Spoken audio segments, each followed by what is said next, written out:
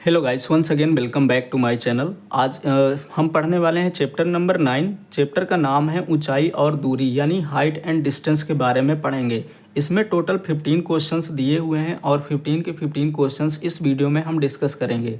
जैसा कि हमने एक्सरसाइज 8.1 से लेकर के एक्सरसाइज 8.3 तक पढ़ा था त्रिकोणमिति, तो इसमें हमें पढ़ना है कि त्रिकोणमिति के उपयोग क्या क्या है, कहाँ कहाँ पे त्रिकोणमिति हम यूज करते हैं और कैसे कैसे त्रिकोणमिति का फार्मूला यूज करके उनको हल करते हैं। तो चलिए हम क्वेश्चन नंबर 1 से शुरुआत करते हैं।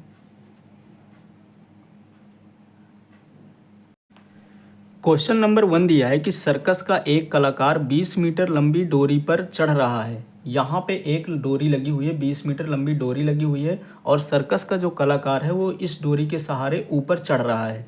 अच्छी तरह से तनी हुई है और भूमि पर सीधे लगे खंभे के शिखर से बंधा हुआ है। यानी एक ए बी खंभा है, यहाँ पे भूमि है और यहाँ पे खंभे का शिखर है और जो रस्सी है तो वो यहाँ से लेकर के यहाँ तक बंधी हुई है। यदि भूमि स्तर के साथ डोर द्वारा बनाया गया कोण 30 अंश का है तो खंभे की ऊंचाई बताइए। यानी ये जो रस्सी है भूमि के साथ 30 अंश का कोण बना रहा है और जो एक तरफ यहाँ पे रस्सी का एक छोर जो है वो यहाँ पे भूमि पर गड़ा है और दूसरा छोर जो है वो एक डंडे पर खड़ा है, यानी खंभे पर खड़ा हुआ है, खंभे में बांध दिया गया है। अब यहाँ पे हमें बताना है कि इस खंभे की जो ऊंचाई है यानी कि ए बी का मान कितना होगा। ये भी दे रखा है कि जो रस्सी है भूमि के साथ 30 अंश का कोण बना रही है और हमें यहाँ पे ए बी का मान निकालना है। तो हम यहाँ पे लिखेंगे सबसे पहले कि माना खंभे की ऊंचाई, खंभे की ऊंचाई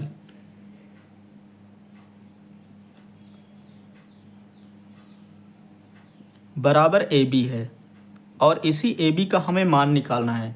अब हम इसका मान कैसे निकालते हैं, तो जैसे हमने पढ़ा था यहाँ पे L अपान के यानी कि लंब बटे आधार, दूसरा हमने पढ़ा था आधार बटे कर्ण और तीसरा हमने पढ़ा था लंब बटे आधार। अब हमें यहाँ पे दिया हुआ जैसे यहाँ पे 60 अंश है, ये कोण बन रहा है यहाँ पे 30 अंश का, इसके सामने वाली जो भुजा होगी वो लंब होगी। सबसे बड़ी भुजा यानी समकोण के सामने वाली जो भुजा होती है उसको हम कर्ण कहते हैं और ये भुजा है आधार। हमें यहाँ पे लंब निकालना है और कर्ण दिया है, यानी कि जिसमें लंब और कर्ण होगा उसी को हमें लेना है। तो लंब इस पे है और कर्ण इस पे है, बाकी में लंब और कर्ण नहीं दिया हुआ है। इस पे आधार कर्ण है, इस पे लंब आधार है, इस पे लंब और कर्ण दोनों मिल जाएगा, तो इनको हम हटा देंगे। हमें पता है कि लंब बटे जो कर्ण होता है वो साइन का मान होता है। अगर हमें साइन का मान निकालना होता है तो हम लंब बटे कर्ण लेते हैं। हमें यहाँ पे लंब ए बी निकालना है और कर्ण हमें दिया हुआ है, तो हम यहाँ पे लिखेंगे कि थीटा बराबर हमको दे रखा है 30 अंश और ए सी का जो मान हमको दे रखा है वो 20 दे रखा है। हम यहाँ पे त्रिभुज ए बी सी लेंगे, त्रिभुज ए बी सी में, तो त्रिभुज ए बी सी में क्या है कि लंब बटे कर्ण होता है साइन में, तो हम लिखेंगे यहाँ पे साइन थीटा, साइन थीटा और थीटा की जगह हम रखेंगे 30 अंश बराबर लंब बटे कर्ण, ऊपर लंब होता है तो लंब है यहाँ पे ए बी और कर्ण यहाँ पे ए सी है। साइन 30 अंश का मान होता है 1/2, ए बी का मान हमें निकालना है और ए सी का मान यहाँ पे हमें 20 दे रखा है। 20 का गुणा हम 1 के साथ कर देंगे, तो जब 20 का गुणा 1 के साथ करेंगे तो ये हो जाएगा 20 और बटे में 2 है तो 2 लिखेंगे और ए बी बराबर तो ए बी ही रहेगा, यहाँ पे बराबर में ए बी रहेगा। 2 से हम इसको काटते हैं तो ए बी का जो मान है वो 10 आ जाएगा। तो हम यहाँ पे कह सकते हैं कि अतः खंभे की ऊंचाई, खंभे की ऊंचाई बराबर 10 मीटर है। तो इस तरह से त्रिकोणमिति का यूज किया जाता है कि जैसे यहाँ पे कोण हमें दे दिया, एक भुजा दे दिया, तो हम ये बता सकते हैं कि दूसरी भुजा कितनी है और दूसरी भुजा हमें पता चल गई तो हम तीसरी भुजा भी बता सकते हैं। यानी एक भुजा और एक कोण हमें पता चल गया तो हम बाकी की भुजाएं और बाकी के कोण बता सकते हैं। यहाँ पे त्रिकोणमिति का यूज होता है। तो इस प्रकार से 15 क्वेश्चन दिए हुए हैं, पहला क्वेश्चन कंप्लीट हो गया। अब बाकी के क्वेश्चन हम हल करते हैं। क्वेश्चन दूसरा दिया है कि आंधी आने से एक पेड़ टूट जाता है, तो हम यहाँ पे सबसे पहले एक पेड़ लेंगे। ये हो गया पेड़, और इस पेड़ का हमने नाम दे दिया ए बी नाम का एक ये पेड़ है जिसकी ऊंचाई ए बी है।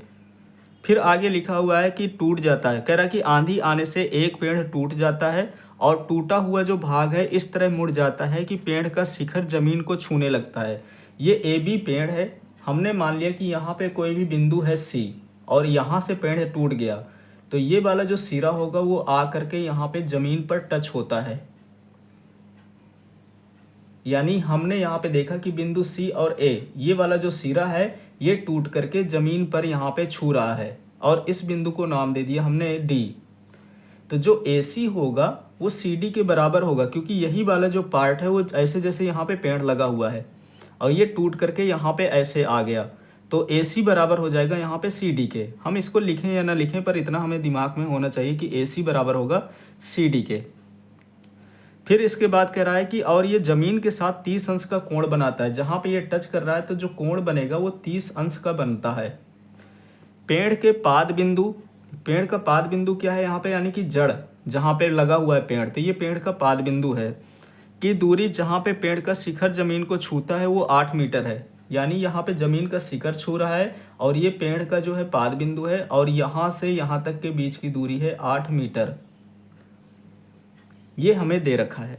पेड़ की हमें ऊंचाई बताना है कि पेड़ की ऊंचाई कितनी होगी। तो पेड़ की ऊंचाई यहाँ पे हम देखेंगे तो पेड़ पेड़ दो भागों में टूट गया है। जैसे यहाँ पे एक ए बी पेड़ था, तो ये बिंदु सी से टूट गया है, तो हमें पहले बी सी की दूरी पता होना चाहिए और ए सी की दूरी पता होना चाहिए, और ए सी जो है सी डी के बराबर है। तो दो चीज़ें हमें निकालना पड़ेगा, एक तो हमें बी सी निकालना होगा और दूसरा हमें सी डी निकालना होगा। और जब बी सी और सी डी आ जाएंगे तो दोनों को हम जोड़ देंगे तो ये पूरे पेड़ की ऊंचाई हमें पता चल जाएगी। तो हम यहाँ पे लिखेंगे स्टेटमेंट थोड़ा सा कि माना ए बी एक पेड़ है, ए बी एक पेड़ है जो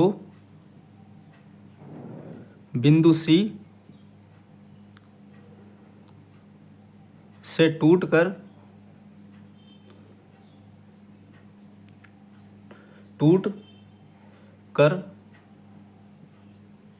बिंदु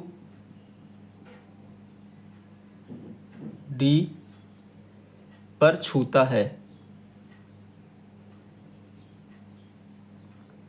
इस तरह से हमने एक स्टेटमेंट लिख दिया, और यहीं पे लिख देंगे कि जो ए सी है वो बराबर हो जाएगा सी डी के। ये हमें पता होना चाहिए, दिमाग में होना चाहिए। अब हमें यहाँ पे सबसे पहले क्या करना होगा कि हम बी सी निकालते हैं। तो हमने पढ़ा यहाँ पे एल अपान के, फिर यहाँ पे ए अपान के, और यहाँ पे इसके बाद हो जाएगा एल अपान ए।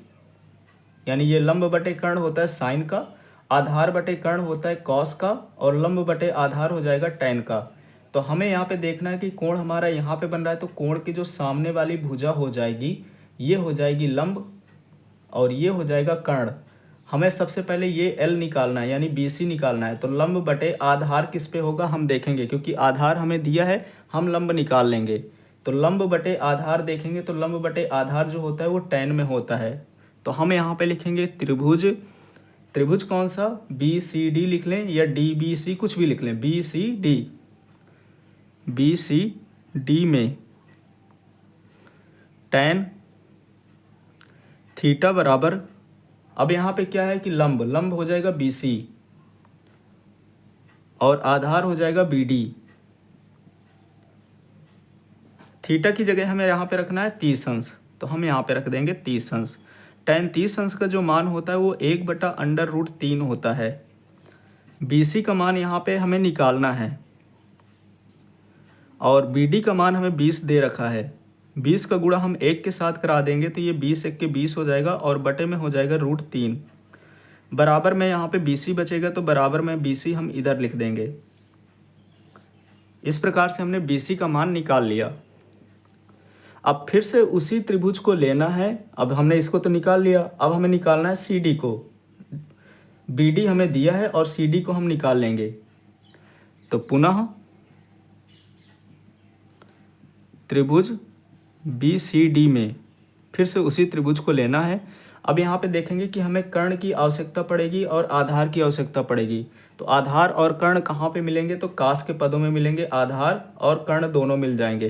तो हम यहाँ पे लिखेंगे कास 30 अंश, क्योंकि थीटा बराबर तो 30 अंश ही रहेगा। क्या होता है? आधार, आधार है यहाँ पे बी डी और कर्ण हो जाएगा यहाँ पे सी डी। कास 30 अंश का जो मान होता है वो √3/2 होता है। बी डी का मान हमें 20 दे रखा है और सी डी का मान हमें निकालना है। सी डी को हम इधर लाएंगे तो ये √3 सी डी हो जाएगा और 2 इसके साथ गुणा हो जाएगा तो 40 हो जाएगा। अब ये √3 गुणे में है तो इधर आ जाएगा, यानी कि जो गुणे में होता है वो आ जाएगा बटे में। तो इस प्रकार से जो सी डी की लंबाई आ गई वो आ गई 40√3। अब हमें पूरे पेड़ की ऊंचाई निकालना है। पूरे पेड़ की ऊंचाई कितनी है? तो हम यहाँ पे लिख देंगे पेड़ की ऊंचाई, सॉरी हाँ पेड़ है, तो पेड़ की ऊंचाई, पेड़ की ऊंचाई निकालने के लिए एक तो यहाँ पे बी से सी वाला पार्ट हमें लेना पड़ेगा, क्योंकि ये भी पेड़ ही है। तो बी सी बराबर है 20√3 और ये जो इतना पार्ट टूट करके सी डी बना है तो इसको भी हमें लेना पड़ेगा, यानी कि 40√3। दोनों के हर यहाँ पे बराबर है तो हम यहाँ पे लिखेंगे √3 और 40 और 20 हो जाएगा 60। अब इसके अलावा हमें पता है कि जो रूट में संख्या नीचे नहीं होनी चाहिए, तो रूट हटाने के लिए उसी नंबर का ऊपर नीचे हम मल्टीप्लाई करा देते हैं, यानी √3 बटे में √3। जब इस √3 का मल्टीप्लाई √3 के साथ कराएंगे तो यहाँ पे 3 बाहर आ जाएगा और ऊपर बचेगा 60√3। क्योंकि हमें पता है कि √3 लिखा है तो उसको हम रूट के अंदर 2 बार लिख सकते हैं और 2 में से 1 बाहर आ जाता है, इसलिए √3 3 हो जाता है। इसको हम काटना चाहें तो हम इसको काट देंगे तो ये 20 बार में कट जाएगा, यानी कि 3 से 60 को भाग देंगे तो 20 बार में कटेगा और ये है √3 मीटर। ये हो गया इसका आंसर। इस प्रकार से यहाँ से क्वेश्चन नंबर 2 कंप्लीट हो गया। अब हम सॉल्व करते हैं क्वेश्चन नंबर 3। क्वेश्चन नंबर 3 दिया हुआ है कि एक ठेकेदार बच्चों को खेलने के लिए एक पार्क में 2 फिसलन पट्टी लगाना चाहता है। 5 वर्ष से कम उम्र के बच्चों के लिए यह एक ऐसी फिसलन पट्टी लगाना चाहती है जिसका शिखर 1.5 मीटर की ऊंचाई पर हो और भूमि के साथ 30 अंश का कोण झुकाव हुआ हो, जबकि इसमें अधिक उम्र के बच्चों के लिए, यानी कि 5 साल से अधिक उम्र के बच्चों के लिए 3 मीटर की ऊंचाई पर एक अधिक ढाल की फिसलन पट्टी लगाना चाहती है जो भूमि से 60 अंश का कोण बनाती हो। प्रत्येक स्थिति में फिसलन पट्टी की लंबाई क्या होनी चाहिए? इस क्वेश्चन में हमें 2 पूछ ली, 2 क्वेश्चन मिला करके दे दिया है कि एक पार्क है और उसमें 2 फिसलन पट्टी बनानी है। एक फिसलन पट्टी बनानी है 5 साल से कम उम्र के बच्चों के लिए। अब छोटे बच्चे होंगे तो उनकी जो फिसलन पट्टी की लंबाई होगी, यानी कि ऊंचाई होगी, वो कम होगी। तो इसकी जो ऊंचाई दे रखी है वो दे रखी है यहाँ पे 1.5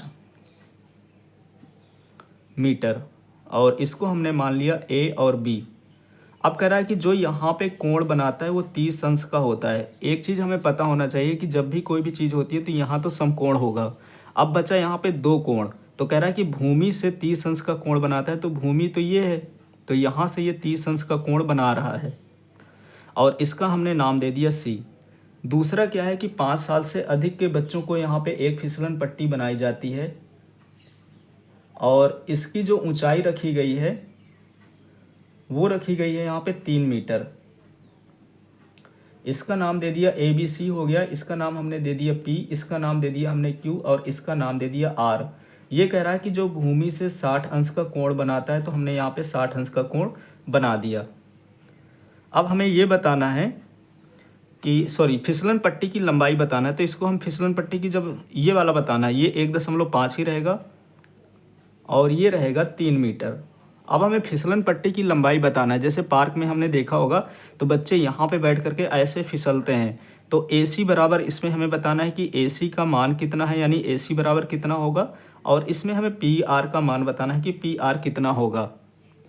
हमें फिसलन पट्टी की यहाँ पे लंबाई बतानी है कि फिसलन पट्टी की लंबाई क्या है। तो पहले तो हम 5 साल के कम उम्र वाले बच्चों के लिए निकालेंगे।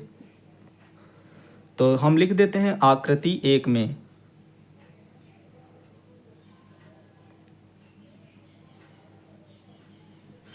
हम यहाँ पे देखेंगे कि हमें यहाँ पे पता होना चाहिए कि लंब बटे कर्ण होता है साइन का, आधार बटे जो कर्ण होता है वो होता है कास का, और लंब बटे आधार जो होता है वो टैन का होता है।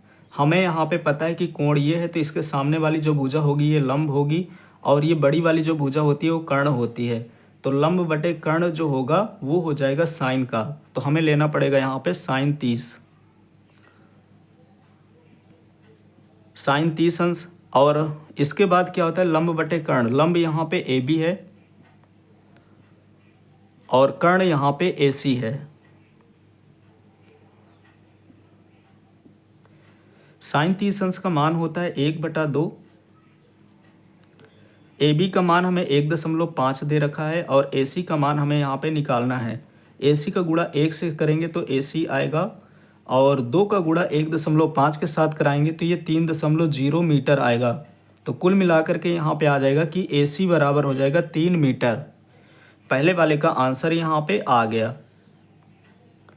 इसी तरह से अब आकृति दूसरी लेंगे, इसको हटा दे रहे हैं फिगर को, फिगर तो बनाना ही पड़ेगा। ये आकृति दूसरी है।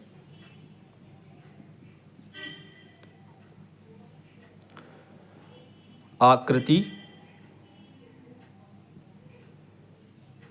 दूसरी में इस पे हमें साइन 60 लेना होगा, क्योंकि यहाँ पे पता है कि ये कोण है, तो कोण के सामने वाली जो भुजा होगी वो लंब होगी और ये कर्ण हो जाएगा। तो लंब बटे कर्ण यहाँ पे होता है साइन थीटा का, तो हमें लेना होगा साइन 60 अंश। लंब यहाँ पे PQ रखेंगे और कर्ण में यहाँ पे हो जाएगा PR। साइन 60 अंश का मान होता है √3/2। PQ का मान यहाँ पे 3 है और PR का मान हमें निकालना है। PR का गुणा इसके साथ करेंगे तो ये √3 PR हो जाएगा, और 2 का गुणा हम 3 के साथ करेंगे तो 6 होगा। हमें PR का मान निकालना है। तो ये गुणे में है, इधर आएगा तो बटे में हो जाएगा, और इसके अलावा पता है कि रूट में नहीं होता है बटे में, तो हम उसी के साथ मल्टीप्लाई कराएंगे। तो ये हो जाएगा 6√3, और इसके पहले भी √3 इंटू √3 हम करा चुके हैं, तो वो 3 ही होता है। और 3 से इसको हम काटेंगे तो 3 दूनी 6 हो जाएगा मीटर। ये हमें निकालना था। तो हमने यहाँ पे 2 चीज़ें निकाल लिया कि 2 चीज़ें जो भी हमसे पूछा था उसको हमने यहाँ पे निकाल लिया कि इसकी वैल्यू कितनी हो जाएगी। यहाँ से क्वेश्चन नंबर 3 कंप्लीट हो गया। अब हम सॉल्व करते हैं question number 4।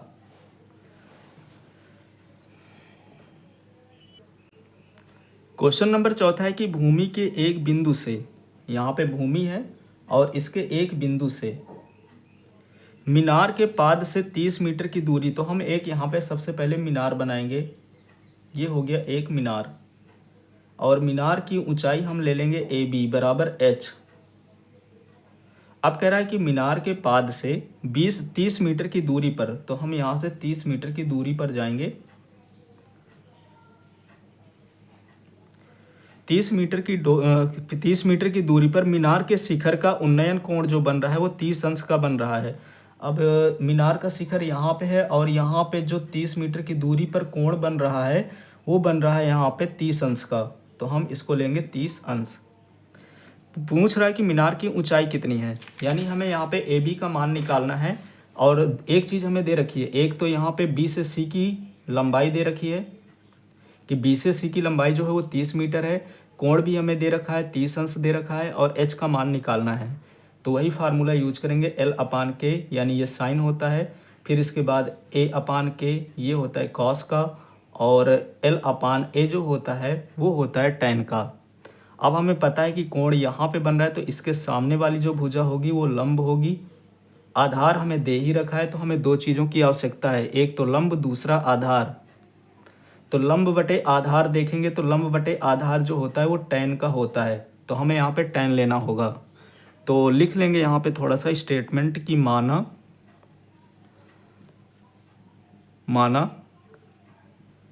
Minar A B की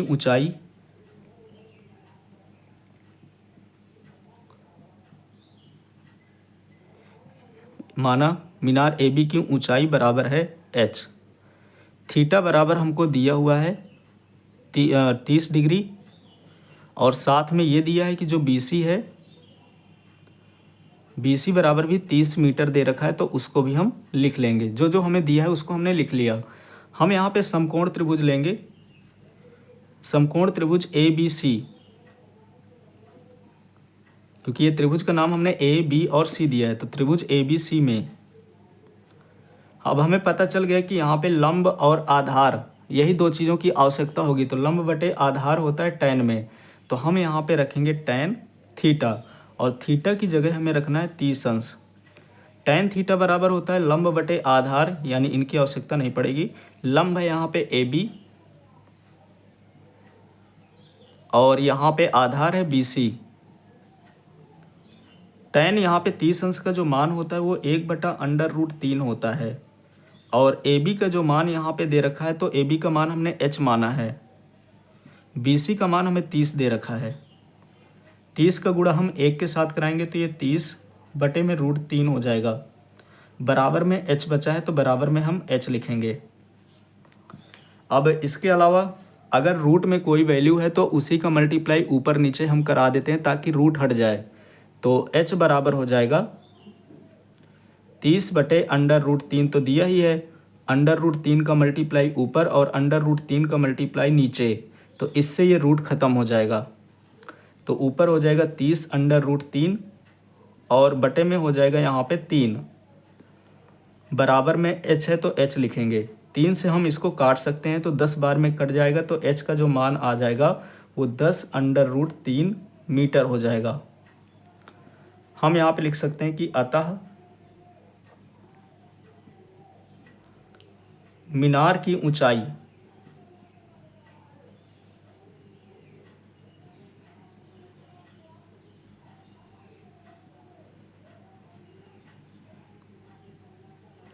बराबर 10/√3 मीटर है।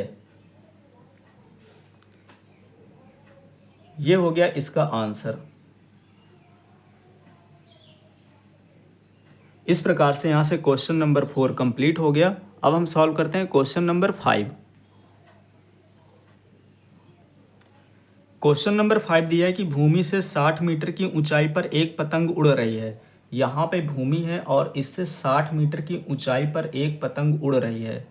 तो हमने ये मान लिया कि ये AB है, जहाँ A पर पतंग उड़ रही है और B यहाँ पे भूमि है, और A से B के बीच की जो दूरी है वो हमें दे रखी है 60 मीटर। फिर आगे कह रहा है कि पतंग में लगी डोरी को अस्थायी रूप से भूमि पर एक बिंदु पर बांध दिया गया है। तो जब भी कोई भी पतंग उड़ाता है तो देखा होगा कि यहाँ पे जैसे लड़का खड़ा होगा तो पतंग ऐसे ही उड़ती है, और अगर हम वहाँ पे एक सीधी रेखा खींचें, जो यहाँ भी ये लड़का भी खड़ा होगा भूमि पर, और पतंग या जहाँ पे हमने यहाँ पे एक सीधी रेखा खींचा है वो भी भूमि पर ही आकर के लास्ट में मिलेगी। तो यहाँ पे आगे दे रखा है कि जो यहाँ पे झुकाव बन रहा है वो 60 डिग्री का बन रहा है। तो हम इसको उसी तरह से एक त्रिभुज बनाएंगे कि यहाँ पे AB यहाँ पे पतंग की ऊंचाई हो गई, और एक यहाँ पे कहीं पे बिंदु दिया हुआ है जो इसकी पतंग से डोरी यहाँ पे बंधी हुई है। यहाँ पे बिंदु C पर पतंग की डोरी बंधी हुई है, और यहाँ पे पतंग से बंधी हुई है एक डोरी। एक छोर यहाँ पे पतंग से बंधा हुआ है, दूसरा छोर इसका भूमि पे बांध दिया गया है, और बांधने के बाद यहाँ पे जो कोण बन रहा है वो 60 अंश का बन रहा है। कह रहा है कि डोरी की लंबाई बताइए, यानी डोरी क्या होगी कि ए से सी वाली जो डोरी होगी वो डोरी की लंबाई होगी, ए से सी की जो भुजा होगी वो डोरी की लंबाई होगी। क्योंकि जब भी पतंग उड़ती है तो यहाँ पे खड़े होकर के उड़ाते हैं, तो यहाँ पे पतंग है, तो पतंग से लेकर के यहाँ तक के बीच की जो दूरी होगी उसी को हम डोरी कहेंगे। हमें ये वाली भुजा निकालना है। अब इसी का यूज करेंगे लंब बटे कर्ण, आधार बटे कर्ण और लंब बटे आधार। ये कोण है तो इसके सामने वाली जो भुजा होगी वो लंब हो जाएगी और ये वाली जो भुजा होगी वो कर्ण हो जाएगी। लंब बटे कर्ण देखेंगे तो किस पे होता है, साइन के पदों में होता है लंब बटे कर्ण। तो हमें यहाँ पे साइन थीटा लेना होगा। तो लिखेंगे यहाँ पे कि माना पतंग की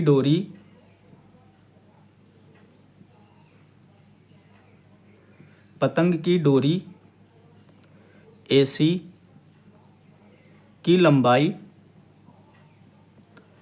बराबर L है। थीटा बराबर हमको दे रखा है 60 अंश और इसके अलावा AB बराबर दे रखा है 60 मीटर।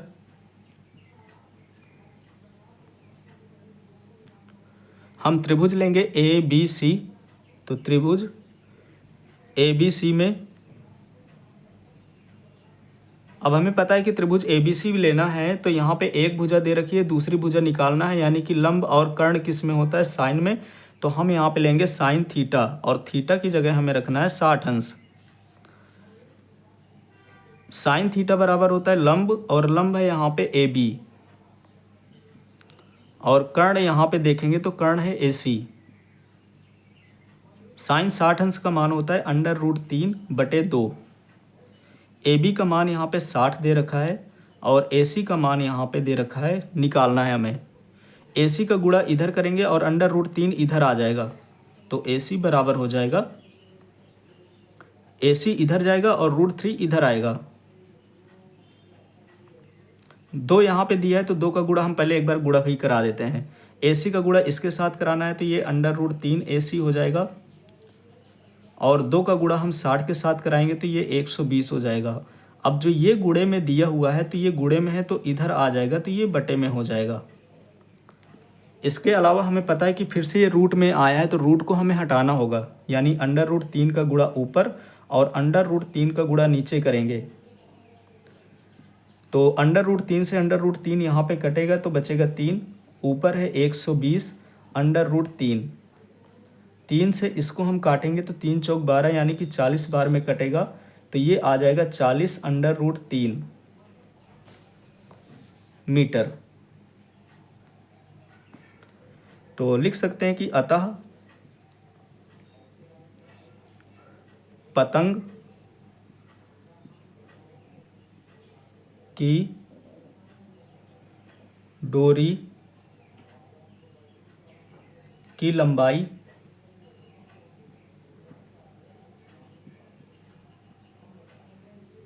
बराबर 40 √3 मीटर है। ये हो गया इसका आंसर। इस प्रकार से क्वेश्चन नंबर 5 कंप्लीट हो गया। अब हम सॉल्व करते हैं क्वेश्चन नंबर 6। क्वेश्चन नंबर 6 को ध्यान से देखेंगे, ये थोड़ा सा फिगर इसका अलग है। लिखा है कि 1.5 मीटर लंबा एक लड़का 30 मीटर ऊंचे एक भवन के कुछ दूर पर खड़ा है। यानी कि एक भवन है जिसकी ऊंचाई हमें दे रखी है। हमने एक यहाँ पे भवन ले लिया जिसकी ऊंचाई हमने यहाँ पे मान लिया कि भवन की जो ऊंचाई है वो AB है। ये एक भवन हो गया और इसकी ऊंचाई दे रखी है 30 मीटर, तो हमने यहाँ पे लिख लिया 30 मीटर। इसके बाद कह रहा है कि 1.5 मीटर लंबा एक लड़का खड़ा हुआ है भवन से कुछ दूर पर, तो हमने मान लिया कि ये जो लड़का है और इस लड़के की जो लंबाई है वो है CD और ये BC यहाँ से भवन से कुछ दूरी पर खड़ा है, तो ये इसका पैर होगा और ये इसका सिर होगा। तो हम इसको ऐसे मिला देते हैं और इसका कुछ नाम दे देते हैं, यहाँ पे F दे देते हैं। तो इसकी जो लंबाई है वो 1.5 मीटर है। अब हम देखेंगे कि पूरे भवन की जो यहाँ पे ऊंचाई दे रखी है, जैसे यहाँ पे पूरा भवन A है और ये B है, इसकी ऊंचाई यहाँ पे 30 मीटर दे रखी है। जो भवन की ऊंचाई है वो 30 मीटर दे रखी है यहाँ से लेकर के यहाँ तक। अब 1.5 मीटर का यहाँ पे लड़का खड़ा हुआ है, तो जब भी यहाँ पे लड़के का सिर यहाँ पे होगा और हम इसको अगर बराबर करके यहाँ पे मिलाते हैं तो ये वाली जो भी दूरी होगी ठीक इसके बराबर होगी। अगर ये 1.5 है तो ये भी 1.5 ही होगा और इस बिंदु को हमने नाम दिया है F। अब हमें पता है कि जो A से B की जो दूरी है वो 30 मीटर है और F से जो B की दूरी है वो 1.5 है। तो A से F के बीच की दूरी हमें निकालना है, तो पूरे में से इतने को हम घटाएंगे, यानी कि 30 में से 1.5 को हम घटाएंगे। और जब 30 में से 1.5 को घटाएंगे तो ये आ जाएगा 28.5। तो इस प्रकार से हम कह सकते हैं कि AF बराबर होगा 28.5 मीटर के। 28.5 मीटर। अब आगे क्वेश्चन पढ़ते हैं क्या कह रहा है। अब कह रहा है आगे कि जब वह ऊंचे भवन की ओर जाता है तो उसकी आंखों से भवन के शिखर का जो उन्नयन कोण है वो 30 अंश से 60 अंश का हो जाता है। हमने ये मान लिया कि पहले बच्चा यहाँ पे खड़ा है और इसके भवन की तरफ देख रहा है, तो इसका जो कोण बन रहा है वो 30 अंश का बन रहा है। अब ये भवन की तरफ, यहाँ भवन के शिखर पर देखते हुए ये आगे आता है भवन की तरफ, और जब आकर के एक बिंदु पर आकर रुक जाता है तो देखता है कि उसके जो आंखों का कोण बन रहा है वो 60 अंश का बन रहा है। एक लड़का यहाँ पे खड़ा है, भवन की तरफ देख रहा है, तब उस समय 30 अंश का कोण बन रहा है। और यही लड़का कुछ दूर जाता है और यहाँ पे खड़े होकर के देखता है भवन के यहाँ पे ऊंचाई पर, भवन के शिखर पर, तो उसकी आंखों से जो कोण बनता है वो 60 अंश का बनता है। ये हो गया इसका फिगर। हमें यहाँ पे सिर्फ फिगर में कौन कौन सी चीज़ों की आवश्यकता पड़ेगी तो उसको हम लिख लेते हैं। हमें इससे मतलब नहीं, ये जो बॉक्स दिया हुआ है इससे मतलब नहीं है। त्रिभुज हमारा यहाँ पे बन रहा है, इसके ऊपर त्रिभुज बन रहा है, तो उससे मतलब है, तो इसको फिगर बना लेना है। तो क्वेश्चन में पूछा है कि वह भवन की ओर कितनी दूर तक चला, यानी कि हमें D से E के बीच की दूरी बताना है कि D से E के बीच की दूरी कितनी है। तो हम यहाँ पे लिखेंगे कि माना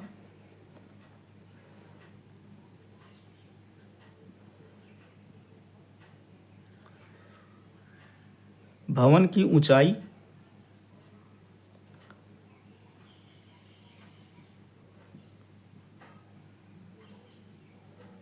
AB और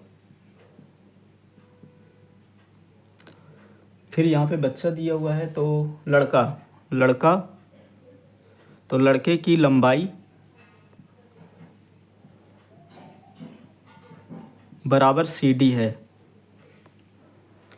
तो AF बराबर हम यहाँ पे निकालेंगे, तो AF बराबर हो जाएगा, AF बराबर हमने निकाला ही है कि 30 में से हमने घटाया है 1.5 को, तो ये आ जाएगा 28.5 मीटर।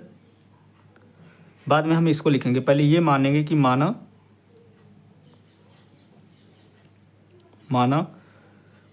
लड़के ने भवन की ओर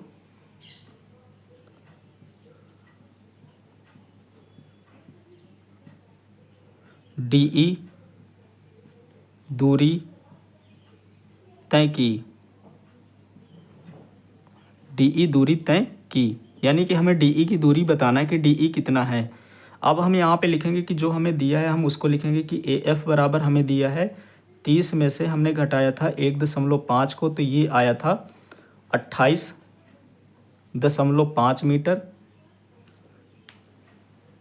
अब एक एक हम यहाँ पे कोण ले लेंगे। सबसे पहले हम यहाँ पे कोण ले लेंगे, तो कोण में देखेंगे कि दो कोण बन रहे हैं, तो सबसे पहले हमें लेना है त्रिभुज AFE। ये A है, ये F है और ये E है। तो हम निकालेंगे यहाँ पे FE के बारे में कि FE कितना है। तो त्रिभुज AFE में, जब त्रिभुज AFE में लेंगे तो इधर से मतलब नहीं है, हमें थीटा बराबर 60 अंश लेना होगा। दूसरी चीज़ यहाँ पे कि L/K है, तो लंब बटे कर्ण, आधार बटे कर्ण, फिर इसके बाद होता है लंब बटे आधार, यानी कि ये लंब हो जाएगा, कोण यहाँ पे बन रहा है तो ये लंब हो जाएगा और ये EF आधार हो जाएगा। तो हमें यहाँ पे लंब बटे आधार मिलेगा tan में, तो लेना पड़ेगा tan, और थीटा की जगह हम लेंगे 60 अंश। लंब यहाँ पे हो जाएगा AF, हमें पूरा नहीं रखना है क्योंकि यहाँ पे बना रहा है कोण, तो AF रखेंगे, और आधार हो जाएगा EF। कन्फ्यूजन ना हो तो मैं इसको हटा ही देता हूँ यहाँ पे ऐसे, ताकि समझ में आ जाए। तो हमें लेना है AF और FE। tan 60 अंश का मान होता है √3।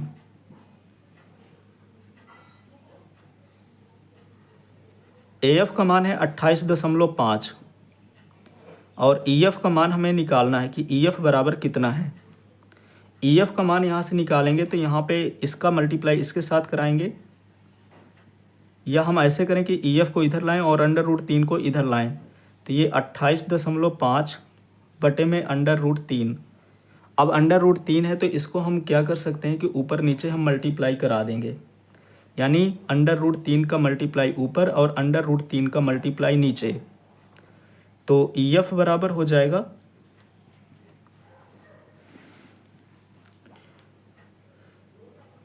28.5 √3, और √3 का गुणा √3 के साथ कराएंगे तो 3 आएगा।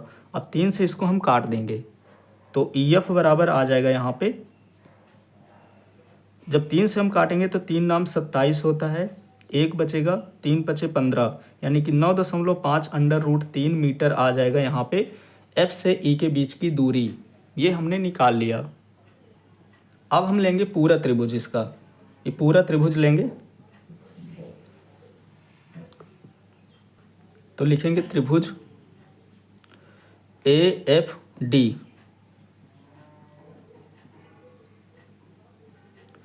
यहाँ पे हमें tan 30 अंश रखना होगा क्योंकि हम इस बार AFD ले रहे हैं, तो यहाँ पे जो कोण बनेगा 30 अंश का बनेगा, तो tan 30 अंश हम लेंगे। tan बराबर होता है लंब, यानी कि लंब है AF, और इसके बाद लिखेंगे बटे में आधार, आधार है यहाँ पे FD। अगर हम यहाँ पे देखें कि जो FD है वो DF, DE और EF को मिलाने पर आया है, यानी कि अगर हम DE और EF को जोड़ देते हैं तो टोटल लंबाई यहाँ पे FD आ जाएगी।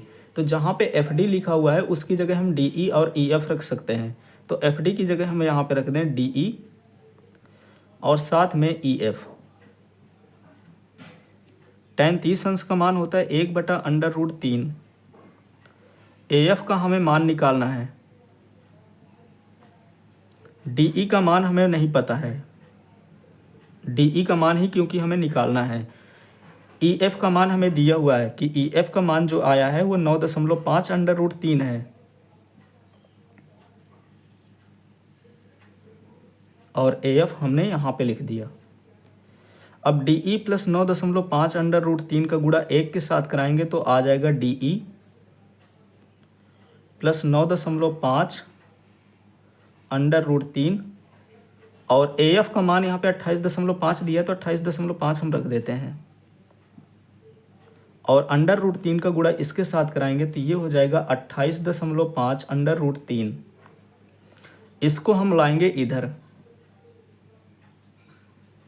तो ये हो जाएगा 28.5 √3 माइनस 9.5 √3। अब 28.5 √3 में 9.5 √3 को घटाएंगे तो ये आ जाएगा यहाँ पे, जब घटाने पर 19 √3 मीटर। तो 28.5 में से 9.5 को घटाएंगे तो 19 आएगा, और √3 दोनों में है तो √3 तो आएगा ही आएगा। तो जब हम इन दोनों को घटाएंगे तो 19 √3 मीटर आएगा। हमें निकालना था DE, तो DE बराबर हमने निकाल लिया 19 √3। तो लिखेंगे यहाँ पे अतः लड़का 19 √3 मीटर की दूरी भवन की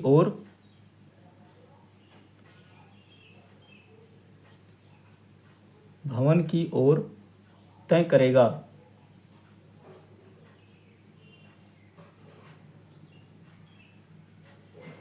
ये हो गया इसका आंसर। इस प्रकार से क्वेश्चन नंबर 6 कंप्लीट हो गया। अब हम सॉल्व कर रहे हैं क्वेश्चन नंबर 7। क्वेश्चन नंबर 7 दिया है कि भूमि के एक बिंदु से 20 मीटर ऊंचे भवन के शिखर पर लगी एक संचार मीनार के तल पर और शिखर के उन्नयन कोण क्रमशः 45 अंश और 60 अंश हैं। मीनार की ऊंचाई ज्ञात कीजिए। यहाँ पे क्वेश्चन का मतलब ये है कि जैसे एक छत होती है और छत के ऊपर टावर लगा दिए जाते हैं, तो जैसे हमने यहाँ पे मान लिया कि एक ये भवन है, ये एक भवन हो गया और इसके छत पर एक यहाँ पे संचार मीनार लगा दिया गया, यानी कि टावर लगा दिया गया। ये यहाँ से लेकर के यहाँ तक भवन है और यहाँ से लेकर के यहाँ तक संचार मीनार हो गई। अब आगे क्वेश्चन देखेंगे तो लिखा हुआ है तल और शिखर का जो उन्नयन कोण है वो क्रमशः 45 अंश और 60 अंश है। पहले तल कह रहा है और फिर शिखर कह रहा है, किसका? संचार मीनार का। तो ये मीनार है, तो मीनार का तल ये होगा और धरती के साथ ये जो कोण बना रहा है वो 45 अंश का बना रहा है, यानी यहाँ पे जो कोण बनेगा वो 45 अंश का होगा। और इसके शिखर से, यानी मीनार के शिखर से जो यहाँ पे कोण बन रहा है वो 60 अंश का बन रहा है। ये जो पूरा कोण होगा वो 60 अंश का होगा। अब इनको हमें मान लेना है कि कौन ए है कौन बी है। तो हमने ये मान लिया कि ये ए है और ये बी है, इसी प्रकार से ये सी है और ये डी है। तो बी सी हो गया भवन और सी डी हो गया मीनार। पूछ रहा है कि इसकी ऊंचाई बताइए। मीनार की हमें ऊंचाई बताना है, यानी कि सी डी का मान कितना होगा ये हमें निकालना पड़ेगा। तो लिखेंगे यहाँ पे कि माना मीनार सी डी की ऊंचाई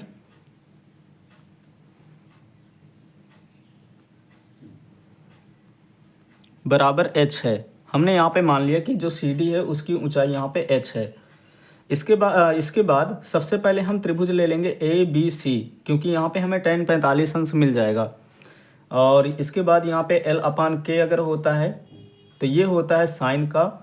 अगर यहाँ पे A अपान के होता है यानी आधार बटे कर्ण होता है तो ये कॉस का होता है। और फिर लंब बटे आधार होता है तो ये tan का होता है। अब हमें क्या करना है कि जैसे यहाँ पे कोण यहाँ पे दिया हुआ है तो इसके सामने जब वाली जो भुजा होगी वो लंब होगी और ये हो जाएगी आधार, क्योंकि हम त्रिभुज ए बी सी लेंगे उस पर भी आधार की आवश्यकता पड़ेगी और त्रिभुज ए बी डी लेंगे तब भी उस पर हमें आधार की आवश्यकता पड़ेगी। तो हम यहाँ पे लंब और आधार का कॉम्बिनेशन लेंगे, तो लंब बटे आधार होता है tan में। तो हम यहाँ पे लिखेंगे कि त्रिभुज ए बी सी में tan 45 अंश, नीचे लिखे दे रहे हैं, tan 45 अंश बराबर हो जाएगा लंब बटे, यहाँ पे क्या होता है कि लंब बटे आधार होता है। लंब है यहाँ पे बी सी, क्योंकि हम 45 अंश वाला ले रहे हैं तो यहाँ पे त्रिभुज ये वाला होगा बी सी, और बटे में यहाँ पे ए बी। इसके अलावा ये दिया है कि भूमि के एक बिंदु से 20 मीटर ऊंचा भवन, यानी कि भवन की ऊंचाई हमें दे रखी है कि जो लंब होगा वो 20 मीटर होगा। तो हम बी सी की जगह यहाँ पे 20 मीटर रख सकते हैं। tan 45 अंश का जो मान होता है वो 1 होता है। बी सी की जगह हमें 20 रखना है और बटे में ए बी दिया हुआ है। अब ए बी का गुणा 1 के साथ करेंगे तो ए बी आ जाएगा इधर, तो ए बी यहाँ से हट करके 1 के साथ गुणा करें तो ये हो जाएगा ए बी। तो ए बी बराबर आ गया 20 मीटर। ए बी बराबर 20 मीटर। फिर भी हम एक बार लिख देते हैं उसी तरह से, ये tan 45 है, tan 45 का मान 1 होता है, बी सी का मान यहाँ पे 20 है और ए बी का मान हमें निकालना है।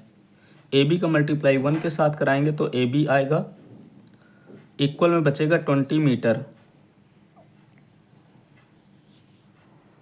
इस प्रकार से हमने यहाँ पे ए बी का मान निकाल लिया और ये आ जाएगा 20 मीटर। अब हमें पूरा त्रिभुज लेना है, यानी त्रिभुज ए बी डी लेंगे। जब त्रिभुज ए बी डी लेंगे तो यहाँ पे जो कोण बनेगा वो 60 अंश का होगा। तो लिखेंगे पुनः त्रिभुज ए बी डी में, तो हमें यहाँ पे पूरा कोण लेना पड़ेगा tan 60 अंश। tan क्यों लेंगे? क्योंकि हमें इसके सामने वाली भुजा है, इसको हम लंब कहेंगे और इसको हम आधार कहेंगे। आधार हमें दिया हुआ है, लंब हम यहाँ से निकाल लेंगे। तो tan 60 बराबर हो जाएगा, जब हम यहाँ पे tan 60 ले रहे हैं तो हम इसको थोड़ा सा अगर हटा देते हैं तो ये हमारा हो जाएगा लंब, लंब हो जाएगा बी डी। और ए बी हो जाएगा आधार। tan 60 अंश का मान होता है √3। बी डी के यहाँ पे देखेंगे तो दो पार्ट है, एक तो यहाँ से बी से सी है और दूसरा यहाँ पे सी से डी है। तो हम इसको बी डी को लिख सकते हैं B C plus C D, और इसी सी डी की हमें वैल्यू फाइंड करना है। ए बी का मान तो हमें दे रखा है 20, तो tan 60 अंश का मान हो जाएगा √3, और बी सी का मान हमने यहाँ पे अभी निकाल दिया हुआ है, बी सी का जो मान है वो 20 है। सी डी का मान हमें निकालना है, सी डी की जगह हम एच रख सकते हैं क्योंकि हमने यहाँ पे मीनार की जो ऊंचाई है वो एच लिया था, और बटे में 20 है तो 20 रखेंगे। 20 का गुणा √3 के साथ कराएंगे तो ये हो जाएगा 20 √3 बराबर में बचेगा 20 प्लस एच। इस 20 को हम इधर लाएंगे तो ये हो जाएगा 20 √3 माइनस का 20 बराबर एच। 20 यहाँ से दोनों में से कॉमन है तो 20 को हम कॉमन ले लेंगे तो ये बचेगा √3 माइनस 1 और बराबर में आ गया h। यही हमें फाइंड करना था, यानी कि हमें मीनार की ऊंचाई बताना था, जो मीनार की ऊंचाई हमने h माना था, तो h का मान आ गया 20 ब्रैकेट में √3 माइनस 1। तो हम यहाँ पे लिखेंगे कि अतः मीनार की ऊंचाई, यहाँ पे मीनार की ऊंचाई बड़ी मी होगी, मीनार की ऊंचाई h बराबर 20 ब्रैकेट में √3 माइनस 1 मीटर। ये हो गया इसका आंसर। इस प्रकार से क्वेश्चन नंबर 7 कंप्लीट हो गया। अब हम सॉल्व करते हैं क्वेश्चन नंबर 8। क्वेश्चन नंबर 8 दिया है कि एक पेडेस्टल के शिखर पर, तो हम पहले एक पेडेस्टल बना लेते हैं। पेडेस्टल कुछ इस टाइप का होता है।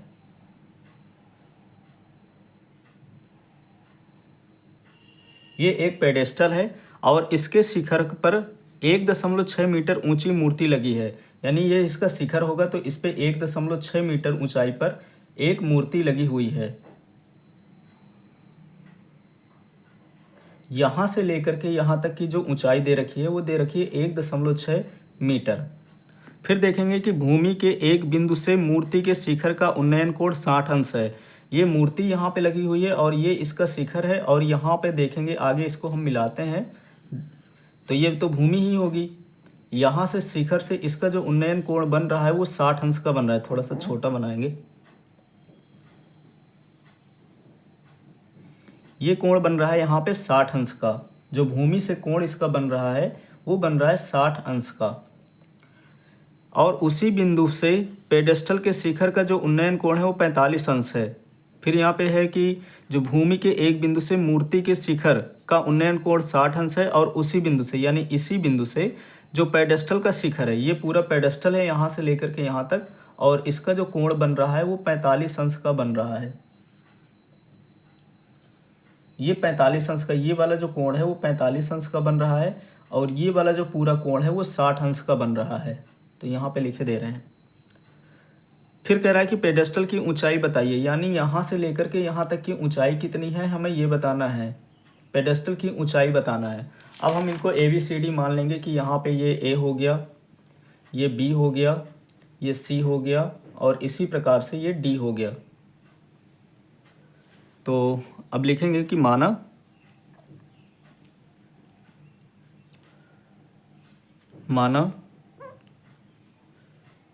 BC एक पेडेस्टल है,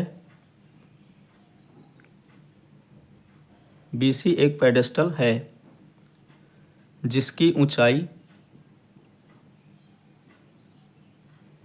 यह हम नहीं लिखते हैं इसकी, जिसकी ऊंचाई, और CD एक मूर्ति है, CD एक मूर्ति है। इतना हमने लिख लिया। अब हम बारी बारी से एक एक त्रिभुज लेंगे। तो अगर सबसे पहले हमें क्या करना होता है कि छोटा वाला त्रिभुज लेना होता है, या अगर हम देख लेते हैं कि यहाँ पे 45 अंश का है तो हम 45 अंश वाला पहले ले लेंगे। अब हमें क्या करना है कि यहाँ पे h का मान हमें निकालना है। दूसरा क्या है, यहाँ पे ए बी पता होना चाहिए, क्योंकि ए बी यहाँ पे हम त्रिभुज ए बी सी में भी ले सकते हैं और त्रिभुज ए बी डी में भी ले सकते हैं। तो हमें दो चीज़ों की आवश्यकता पड़ेगी, एक तो इसकी पड़ेगी और दूसरा इसके पड़ेगी। यहाँ पे थीटा कोण पड़ रहा है, तो थीटा के सामने वाली जो भुजा होती है वो हमें पता है कि लंब कहलाती है, और ये वाली जो भुजा होती है वो आधार कहलाती है।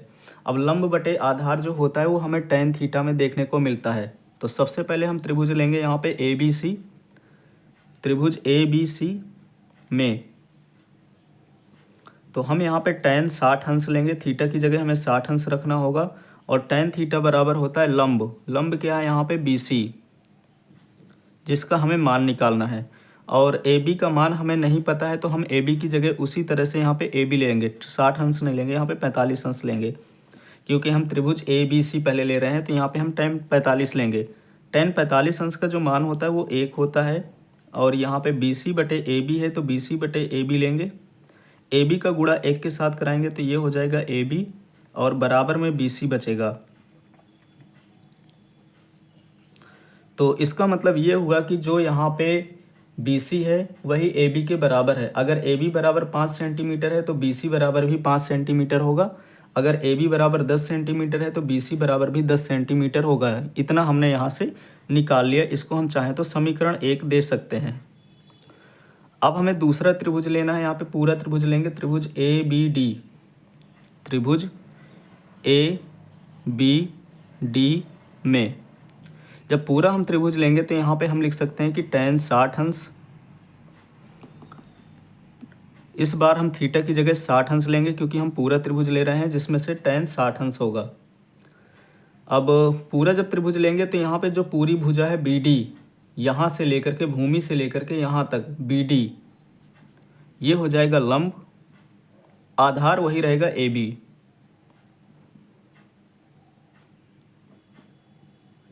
अब इसके बाद इसको थोड़ा सा हटा देते हैं। अब बी डी के दो पार्ट हैं, एक तो बी से सी है और दूसरा सी से डी है, यानी बी सी और सी डी को हम जोड़ते हैं तो हमें पूरी भुजा बी डी मिल जाती है।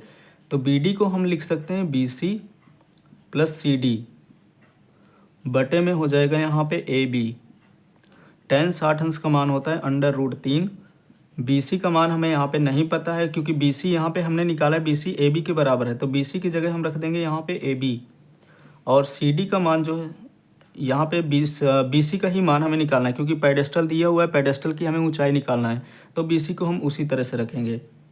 सी डी बराबर यहाँ पे हमें दे रखा है कि 1.6 है, तो हम यहाँ पे 1.6 रखेंगे, और ए बी की जगह हम रख देंगे बी सी, क्योंकि ए बी बराबर है बी सी के।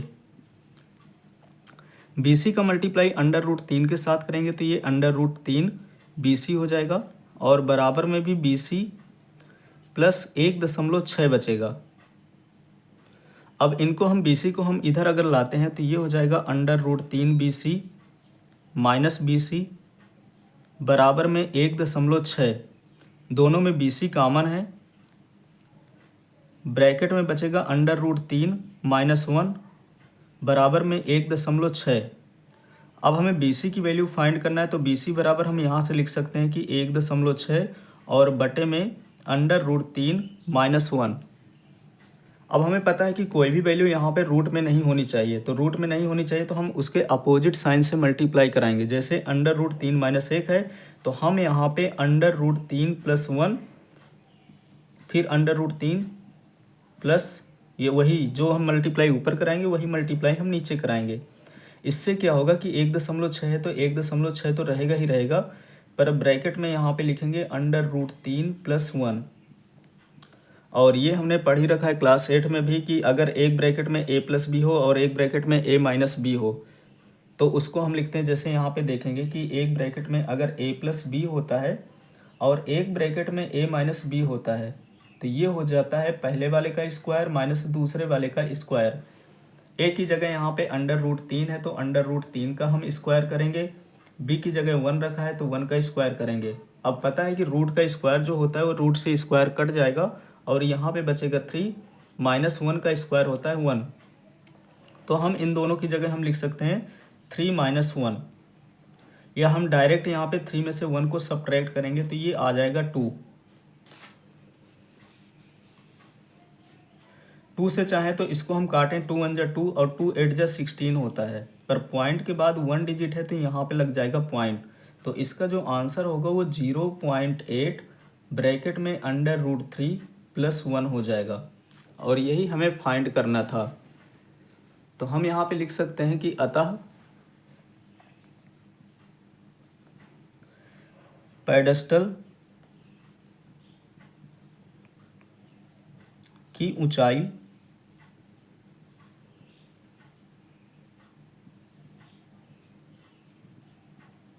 बराबर 0.8 ब्रैकेट में √3 + 1 है। ये हो गया इसका आंसर। इस प्रकार से क्वेश्चन नंबर 8 कंप्लीट हो गया। अब हम सॉल्व करते हैं क्वेश्चन नंबर 9। क्वेश्चन नंबर 9 दिया है कि एक मीनार के पाद बिंदु से, तो सबसे पहले हम एक यहाँ पे मीनार बनाएंगे। ये हो गया मीनार, और इस मीनार को हम नाम दे देंगे कि ये ए है और ये बी है। तो ए बी एक हमने मीनार बना लिया। आगे कह रहा है कि इस मीनार के पाद बिंदु से, पाद बिंदु का मतलब कि ये इसका यहाँ पे एक भवन के शिखर का उन्नयन कोण, तो इसका मतलब है कि एक हमें भवन भी बनाना पड़ेगा। तो इसी से कुछ दूर यहाँ पे हमने भवन बना लिया और इसका नाम दे दिया सी, और इसका नाम दे दिया यहाँ पे बिंदु का डी। तो क्या कह रहा है कि एक मीनार के पाद बिंदु से एक भवन के शिखर का उन्नयन कोण 30 अंश है। ये मीनार का पाद बिंदु है और ये भवन का शिखर है, तो इसका जो कोण बन रहा है वो 30 अंश का बन रहा है, और ज़मीन से ही बनेगा तो हम यहाँ पे दोनों को मिला देंगे, और ये जो कोण बन रहा है वो 30 अंश का बन रहा है। फिर आगे देखेंगे तो लिखा है कि भवन के पाद बिंदु, यानी भवन का पाद बिंदु, तो ये होगा मीनार के शिखर का जो उन्नयन कोण है वो 60 अंश है। तो भवन के पाद बिंदु से मीनार के शिखर का जो उन्नयन कोण बन रहा है वो 60 अंश का बन रहा है, यानी ये जो कोण होगा वो 60 अंश बनेगा। यदि मीनार की ऊंचाई 50 मीटर है तो भवन की ऊंचाई बताना है, यानी ए बी बराबर हमको दे रखा है 50 मीटर, और हमें सी डी का मान निकालना है कि सी डी का मान कितना होगा। तो सबसे पहले उसी तरह से लिखेंगे कि माना भवन सी डी, भवन की ऊंचाई सी डी है, माना भवन की ऊंचाई सी डी है। हमने यहाँ पे भवन की ऊंचाई सी डी ले लिया। तो सबसे पहले हमें त्रिभुज कौन सा लेना होगा, तो हम त्रिभुज ए बी सी ले लेते हैं। ये देखेंगे त्रिभुज ए बी सी है। इस तरह से मैं अलग से अगर इसको बना लूँ तो ये भुजा ए बी है और ये सी है। यहाँ पे जो कोण बन रहा है वो 60 अंश का बन रहा है।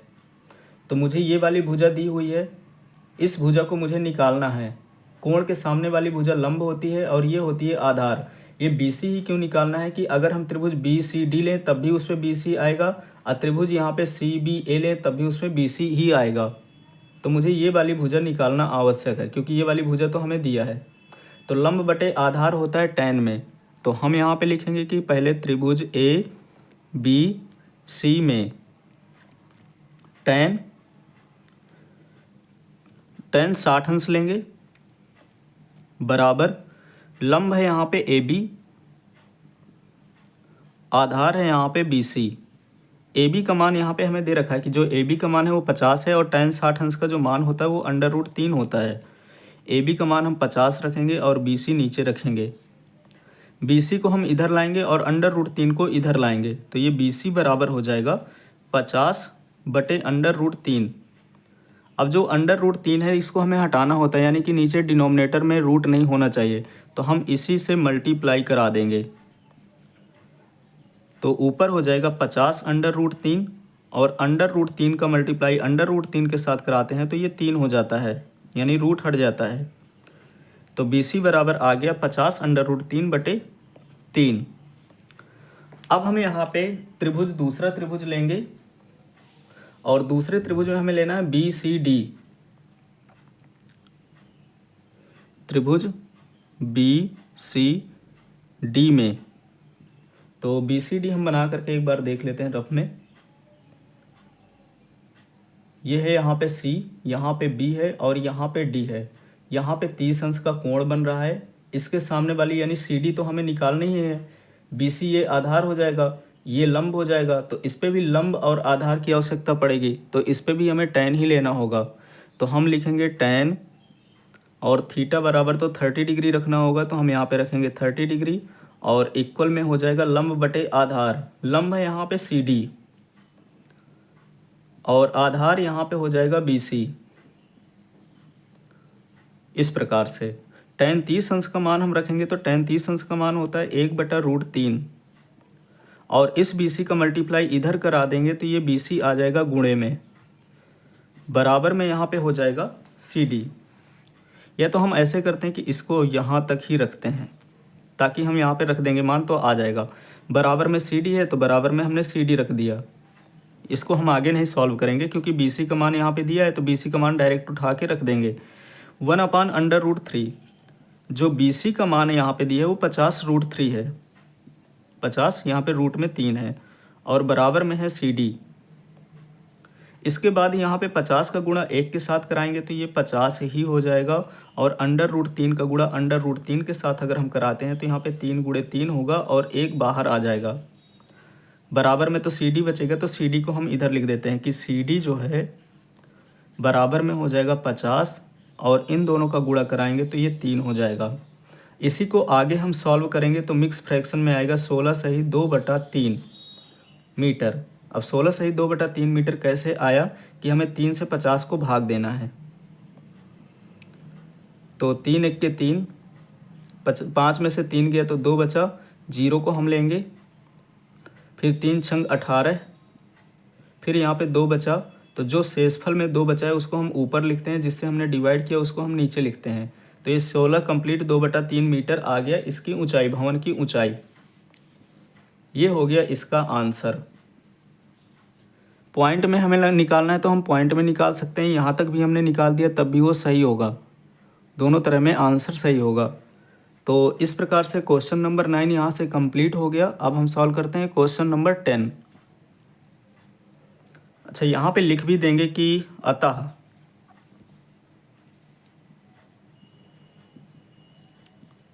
भवन की ऊंचाई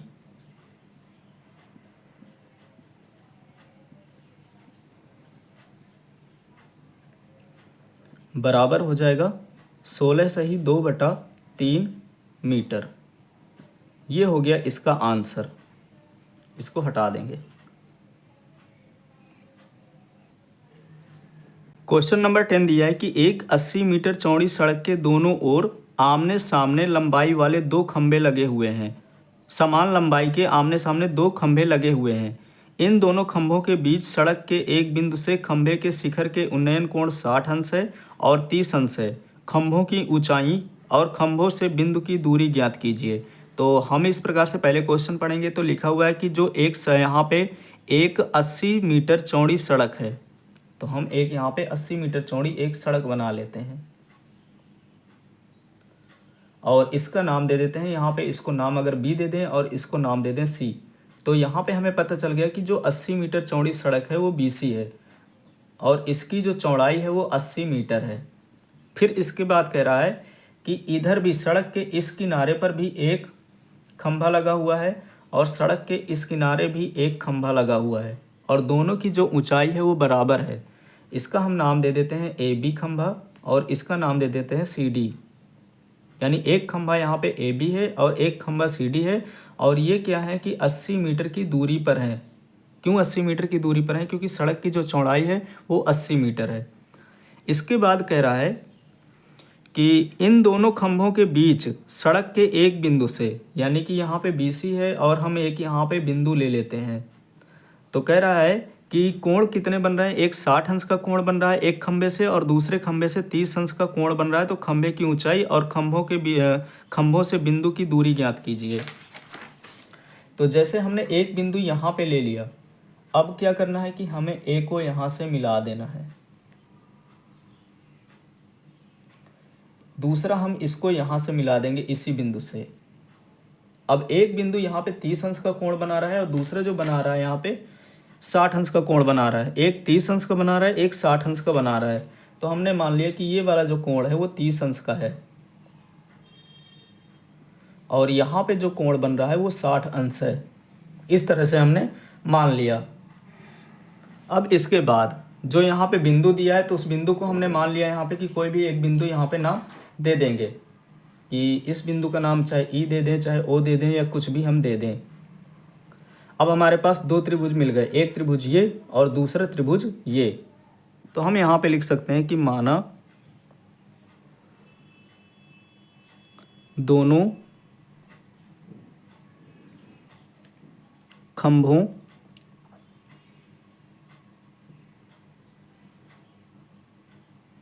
की ऊंचाई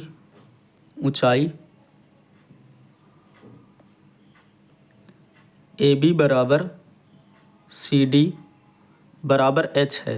यानी एक खंभा AB है, दूसरा खंभा CD है, और दोनों की जो ऊंचाई है वो H है। ये हमने मान लिया।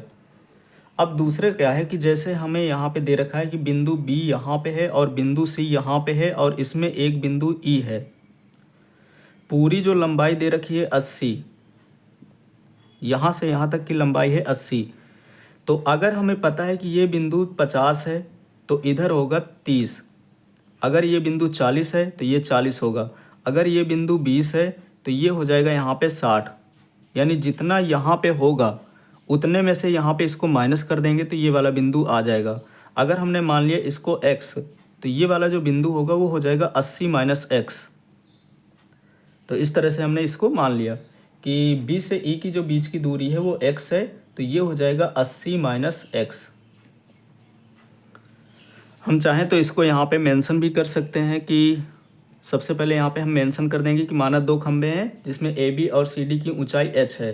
खंभा CD से, यहाँ पे खंभा CD है तो CD से एक बिंदु E हमने लिया जिसकी दूरी क्या है, हमने यहाँ पे 80 माइनस एक्स ले लिया।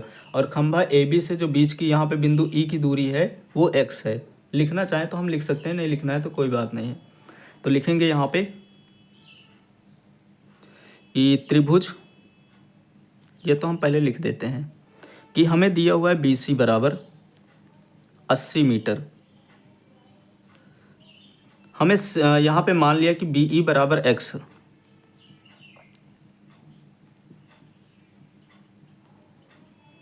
BE बराबर हमने x मान लिया, तो जो CE होगा वो 80 माइनस एक्स हो जाएगा। यानी पूरी दूरी में से इतनी दूरी को हम घटा देंगे तो ये वाली दूरी बचेगी। इस तरह से हमने मान लिया।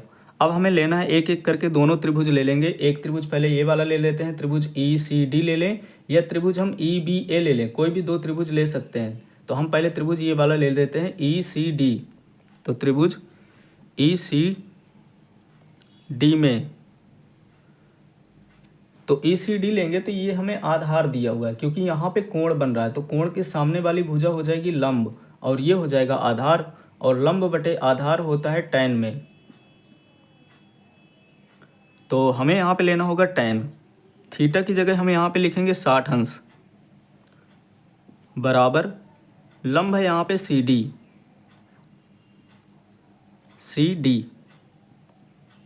और आधार है यहाँ पे CE। जो आधार है वो CE है। tan 60 अंश का मान होता है √3। CD की जगह हम चाहें तो h लिख सकते हैं और CE की जगह हम लिख देंगे 80 माइनस एक्स। इस तरह से हमने इसको लिख दिया। अब इसके बाद हमें क्या करना है कि जैसे CE बराबर तो हमने यहाँ पे 80 माइनस एक्स लिख दिया, तो इसको हम ऐसे ही छोड़ देंगे और या तो चाहें h का मान निकाल लें। तो जब h का मान निकालेंगे तो 80 माइनस एक्स जो है इससे मल्टीप्लाई करा देंगे, √3 ये हो जाएगा 80 माइनस एक्स। 80 माइनस एक्स का मल्टीप्लाई √3 के साथ किया, बराबर में सिर्फ h बचेगा तो हम बराबर लगा करके h यहाँ पे लिख देते हैं। अब इसके बाद हमें दूसरा त्रिभुज यहाँ पे लेना होगा ये वाला कि त्रिभुज ABE। त्रिभुज ABE, त्रिभुज ABE लेंगे तो यहाँ पे हो जाएगा tan 30 अंश बराबर, इस पे यहाँ पे कोण बन रहा है तो इसके सामने वाली भुजा लंब हो जाएगी, यानी कि AB होगा लंब और BE हो जाएगा यहाँ पे आधार। ये जो BE है वो आधार हो जाएगा। इस पर tan 30 अंश का मान हमें पता है कि 1/√3 होता है। AB बराबर हमने यहाँ पे h माना था, क्योंकि AB बराबर भी h है तो हम यहाँ पे h लिख देंगे बटे में यहाँ पे BE, और BE की जगह हमें x लिखना है।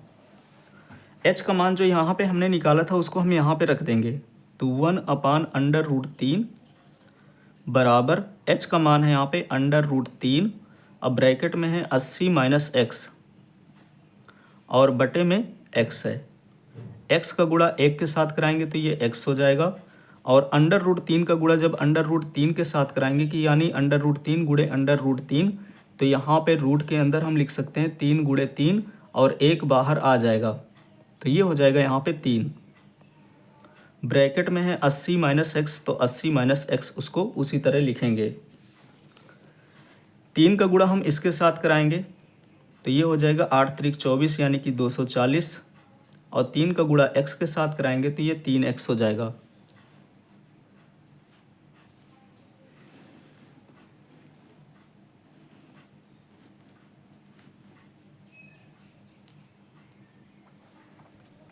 अब इसका जब हमने गुणा यहाँ पे करा दिया तो ये क्या हो जाएगा कि 3x जो होगा वो इधर आएगा, तो ये हो जाएगा x + 3x और इक्वल में बचेगा 240।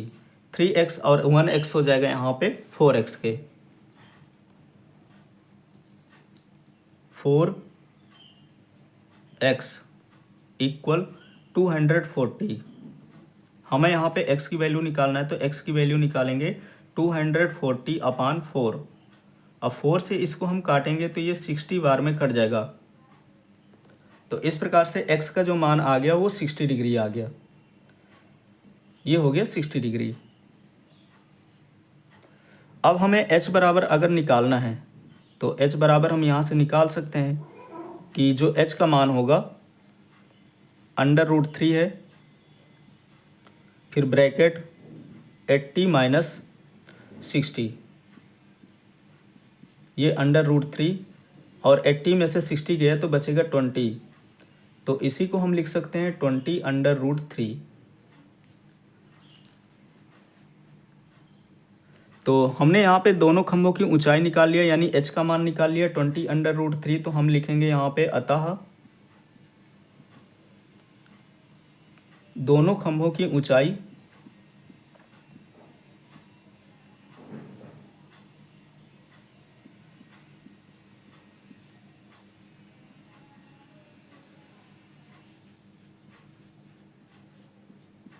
बराबर 20/√3 मीटर। अब हमें निकालना था कि जैसे यहाँ पे बिंदु E है तो AB से कितनी दूर पर है और CD से कितनी दूर पर है, तो हम यहाँ पे लिख सकते हैं खंभे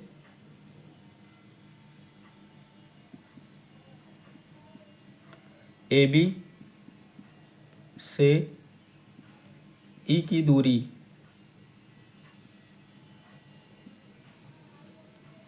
अब AB से हम E की दूरी निकाल रहे हैं तो BE बराबर x है और x का जो मान आया है वो 60 आया है।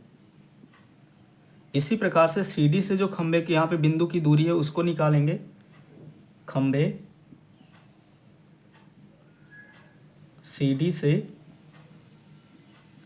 E की दूरी बराबर 80 में से x को घटाना है, बराबर हो जाएगा 20 मीटर। बस यही हमें 3 चीज़ें निकालना था, एक तो खंभे की ऊंचाई और दूसरा बिंदु की दूरी, दोनों खंभों से बिंदु की दूरी। यहाँ से क्वेश्चन नंबर 10 कंप्लीट हो गया। अब हम सॉल्व करते हैं क्वेश्चन नंबर 11। क्वेश्चन नंबर 11 दिया है कि एक नहर के एक तट पर एक टीवी टावर ऊर्ध्वाधर खड़ा है। ये एक AB टीवी टावर है और ये बिल्कुल सीधे खड़ा हुआ है। टावर के ठीक सामने दूसरे तट के एक अन्य बिंदु से टावर के शिखर का जो उन्नयन कोण है वो 60 अंश है। एक यहाँ पे बिंदु है और इसके शिखर से जो उन्नयन कोण बन रहा है वो 60 अंश का बन रहा है। इसी तट पर इसी बिंदु से यानी कि इस बिंदु से 20 मीटर की दूरी पर अगर आएंगे तो जो कोण बन रहा है उन्नयन कोण वो 30 अंश का बन रहा है। फिर इसके बाद लिखा हुआ है कि हमें क्या करना है कि टावर की ऊंचाई बताना है और नहर की चौड़ाई बताना है कि टावर की ऊंचाई और नहर की चौड़ाई कितनी है। तो AB तो यहाँ पे टावर है, तो हम यहाँ पे लिखेंगे कि जो AB है वो टावर है और जो BC दे रखा है वो यहाँ पे नहर की चौड़ाई है। तो लिखेंगे यहाँ पे कि माना टावर ए बी की ऊंचाई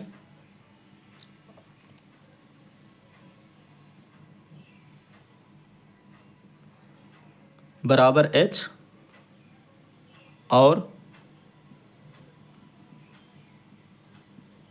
नहर की चौड़ाई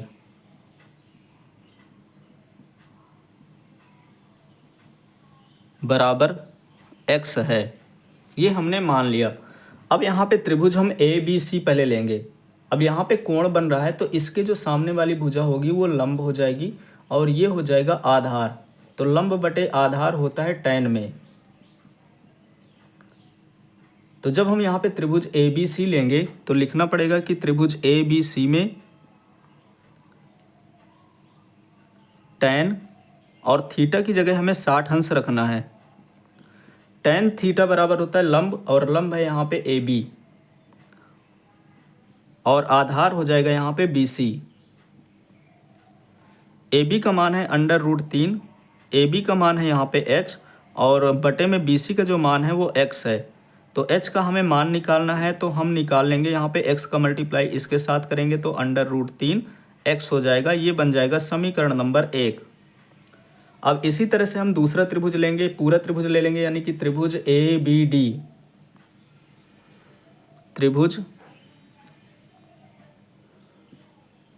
त्रिभुज ए बी डी में, तो जब हम पूरा त्रिभुज लेंगे त्रिभुज ए बी डी तो हमें यहाँ पे कोण लेना पड़ेगा 30 अंश।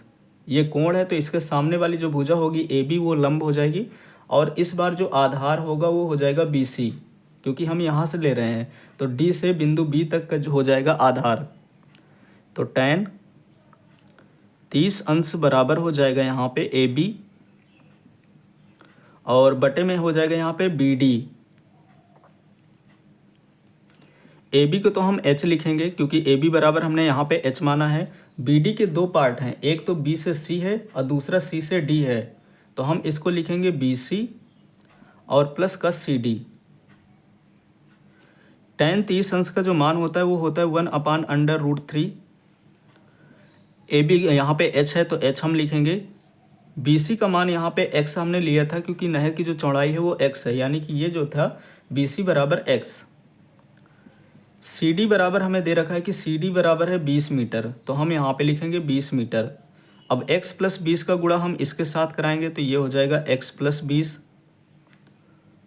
बराबर √3 का गुणा h के साथ कराएंगे तो √3h हो जाएगा और h का मान हमने यहाँ पे निकाला है √3x, तो उसी मान को हम यहाँ पे रखेंगे √3 × h। h का मान है √3x, यहाँ पे h का मान दिया है √3x। अब √3 का मल्टीप्लाई √3 के साथ कराएंगे तो यहाँ पे हो जाएगा x + 20 इक्वल √3 × √3 जो होता है वो 3 होता है। इस x को हम इधर लाएंगे तो ये हो जाएगा 20 इक्वल 3x - x। 3x में से x गया तो ये बचा 2x और ये हो गया 20। 2 से हम इसको काटेंगे तो ये 10 बार में कट जाएगा, तो इस प्रकार से जो x का मान आ गया वो आ गया यहाँ पे 10। तो हम इसको यहाँ पे लिख देंगे। अब इस त्रिभुज का कोई काम नहीं है तो इसको हटा देते हैं।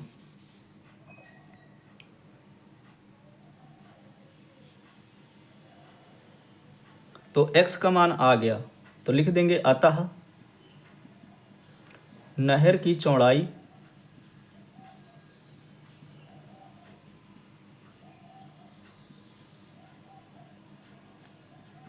बराबर 10 मीटर, क्योंकि x हमने नहर की चौड़ाई x माना था तो x का मान आया 10 मीटर। हमें निकालना है टावर ए बी की ऊंचाई, तो हम यहाँ पे लिखेंगे टावर की ऊंचाई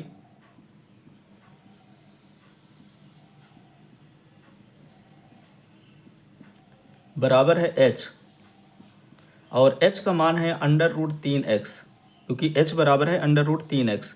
यहाँ पे हम मान रखेंगे तो √3 गुणे में हो जाएगा 10 और जब 10 का गुणा कराएंगे तो ये हो जाएगा 10 √3 मीटर। इस प्रकार से क्वेश्चन नंबर 11 यहाँ से कंप्लीट हो गया। अब हम सॉल्व करते हैं क्वेश्चन नंबर 12। क्वेश्चन नंबर 12 दिया है कि 7 मीटर ऊंचे भवन के शिखर से एक केबल टावर के शिखर का उन्नयन कोण जो है वो 60 अंश है।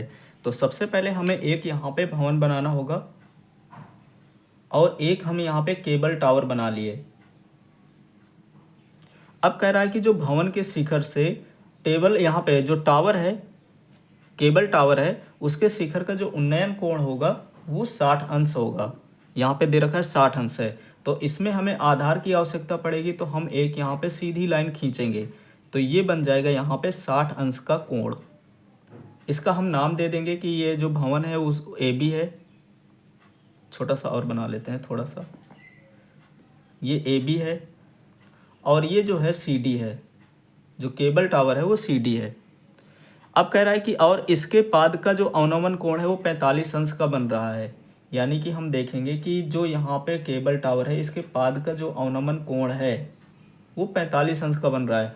अवनमन कोण क्या होता है बेसिकली कि यहाँ पे हम देखेंगे कि जो ये लाइन है वो 45 अंश का है और इसी का जस्ट उल्टा जितना भी कोण बनेगा वो यहाँ पे बनेगा, क्योंकि जेड की आकृति बनाता है। अवनमन कोण का मतलब होता है ऊपर यहाँ पे जो बनेगा, उन्नयन कोण का मतलब कि यहाँ पे, तो ये वाला जो कोण होता है ये कोण के बराबर होता है।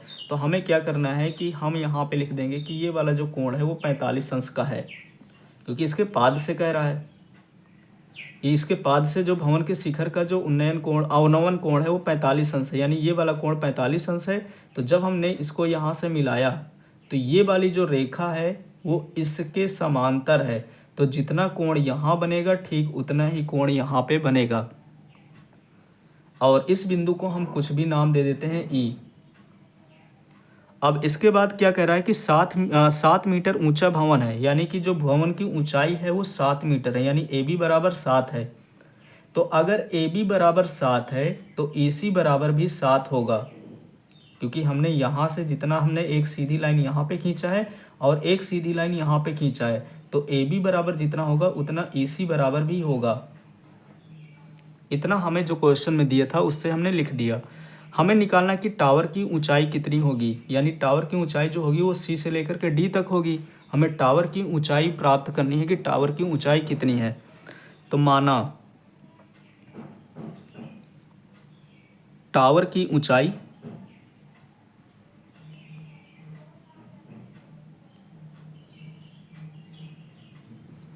बराबर H है और H के दो पार्ट हैं। हमने ये मान लिया कि ये पूरा यहाँ से लेकर के यहाँ तक है।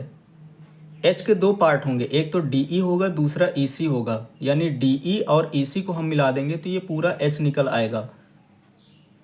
तो हम यहाँ पे लिख सकते हैं कि DE प्लस EC। अब हम एक एक त्रिभुज लेते हैं। तो सबसे पहले ये वाला त्रिभुज हम लेंगे, त्रिभुज ABC। त्रिभुज ABC में अब जब हमने त्रिभुज ABC लिया तो हम देखेंगे कि यहाँ पे कोण बन रहा है, तो इसके सामने वाली जो भुजा होगी वो लंब होगी और हमें BC की आवश्यकता पड़ेगी। तो ये आधार लंब बटे आधार होता है tan में, तो हम यहाँ पे लिखेंगे tan और थीटा की जगह यहाँ पे 45 अंश बन रहा है तो हम 45 अंश लिखेंगे। फिर यहाँ पे लंब है AB और आधार है यहाँ पे BC। tan 45 अंश का मान होता है 1, AC का मान यहाँ पे AB है, AB का मान हमें 7 दिया हुआ है और BC का मान हमें नहीं पता है तो हम BC लिखेंगे। BC का गुणा 1 के साथ कराएंगे तो BC बराबर आ जाएगा यहाँ पे 7। इस प्रकार से हमने BC बराबर निकाल लिया। तो अगर ये 7 मीटर है तो इसी के समांतर जो यहाँ पे एक रेखा खींची गई है AE, तो ये भी 7 मीटर ही होगी। तो हम यहाँ पे लिख सकते हैं कि जो BC होगा वो CE के AE के बराबर होगा। बाद में लिख देंगे। हम दूसरा त्रिभुज ले लेते हैं इसी प्रकार से। ये त्रिभुज दूसरा होगा जो त्रिभुज AED है। त्रिभुज AED में अगर हम त्रिभुज AED लिए हैं तो ये थीटा बन रहा है। इसके सामने वाला जो कोण होगा, भुजा होगा, वो लंब कहलाएगा। लंब हो जाएगा यहाँ पे DE। तो हम लेंगे यहाँ पे tan 60 अंश और लंब हो जाएगा DE, आधार हो जाएगा यहाँ पे AE। tan 60 अंश का मान होता है √3। DE का हमें मान निकालना है। AE का मान हमें पता है कि AE बराबर होगा 7, क्योंकि यहाँ पे लिख देंगे कि जो बी सी है वो समांतर है ए ई के, सॉरी यहाँ पे समांतर नहीं, बी सी बराबर हो जाएगा ए ई के। 7 का गुणा इसके साथ कराएंगे तो जो डी ई का मान हो जाएगा वो हो जाएगा 7/√3, क्योंकि 7 का गुणा इसके साथ कराएंगे तो इसके साथ 7 3 21 नहीं होगा, क्योंकि ये रूट में है और ये बिना रूट के, तो 7/√3 मीटर हो जाएगा। हमें निकालना है टावर की ऊंचाई। टावर की ऊंचाई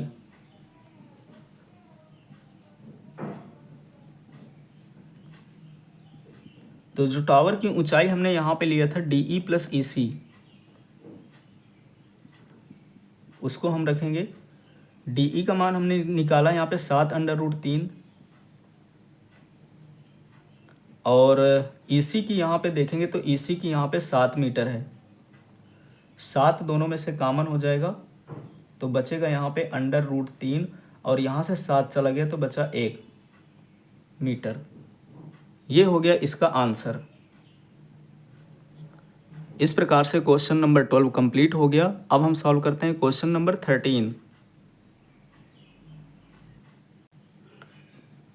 क्वेश्चन नंबर 13 है कि समुद्र तल से 75 मीटर ऊंची लाइट हाउस के शिखर से देखने पर, तो एक हम यहाँ पे लाइट हाउस बना लेते हैं जिसकी ऊंचाई हमें दे रखी है 75 मीटर और इस लाइट हाउस का हम नाम दे देंगे ए बी। कह रहा है कि दो समुद्री जहाज़ों के जो अवनमन कोण है वो 30 डिग्री और 45 डिग्री हैं, यानी कि दो जहाज़ हैं, एक हम मान लेंगे कि यहाँ पे है और एक यहाँ पे है, ये समुद्र तल है, और एक जहाज़ यहाँ पर है और एक जहाज़ यहाँ पर है, तो इनके जो अवनमन कोण दे रखे हैं वो 30 अंश है।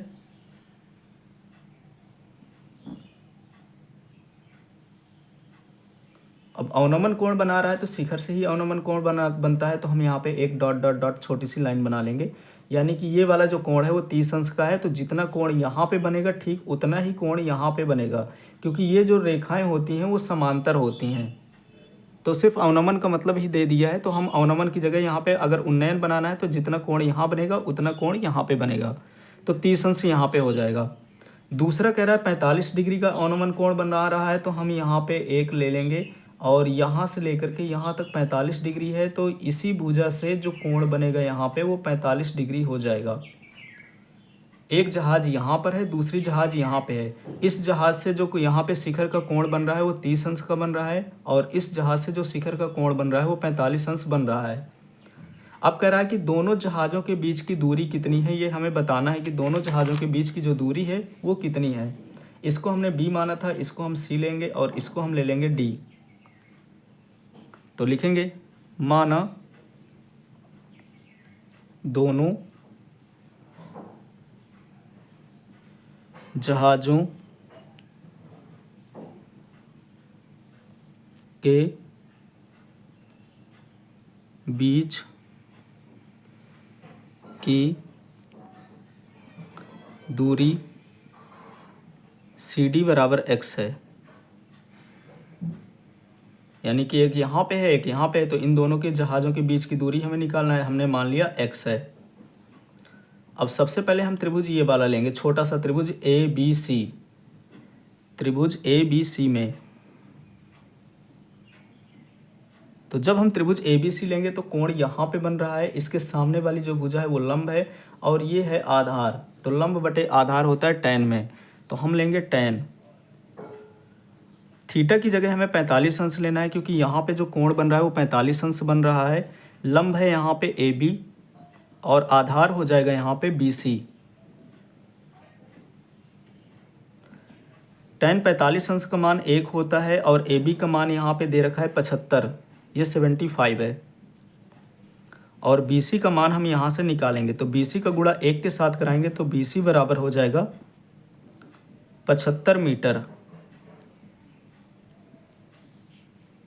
इससे एक चीज़ पता चल गई कि यहाँ से यहाँ तक, यानी कि बी से सी की जो बीच की दूरी है वो 75 मीटर है, यहाँ से यहाँ तक, और ये दूरी हमने x माना है यहाँ से यहाँ तक। अब हमें लेना है tan 30 अंश, तो हम फिर से लेंगे त्रिभुज अब इस बार हम पूरा त्रिभुज लेंगे, त्रिभुज ए बी और डी।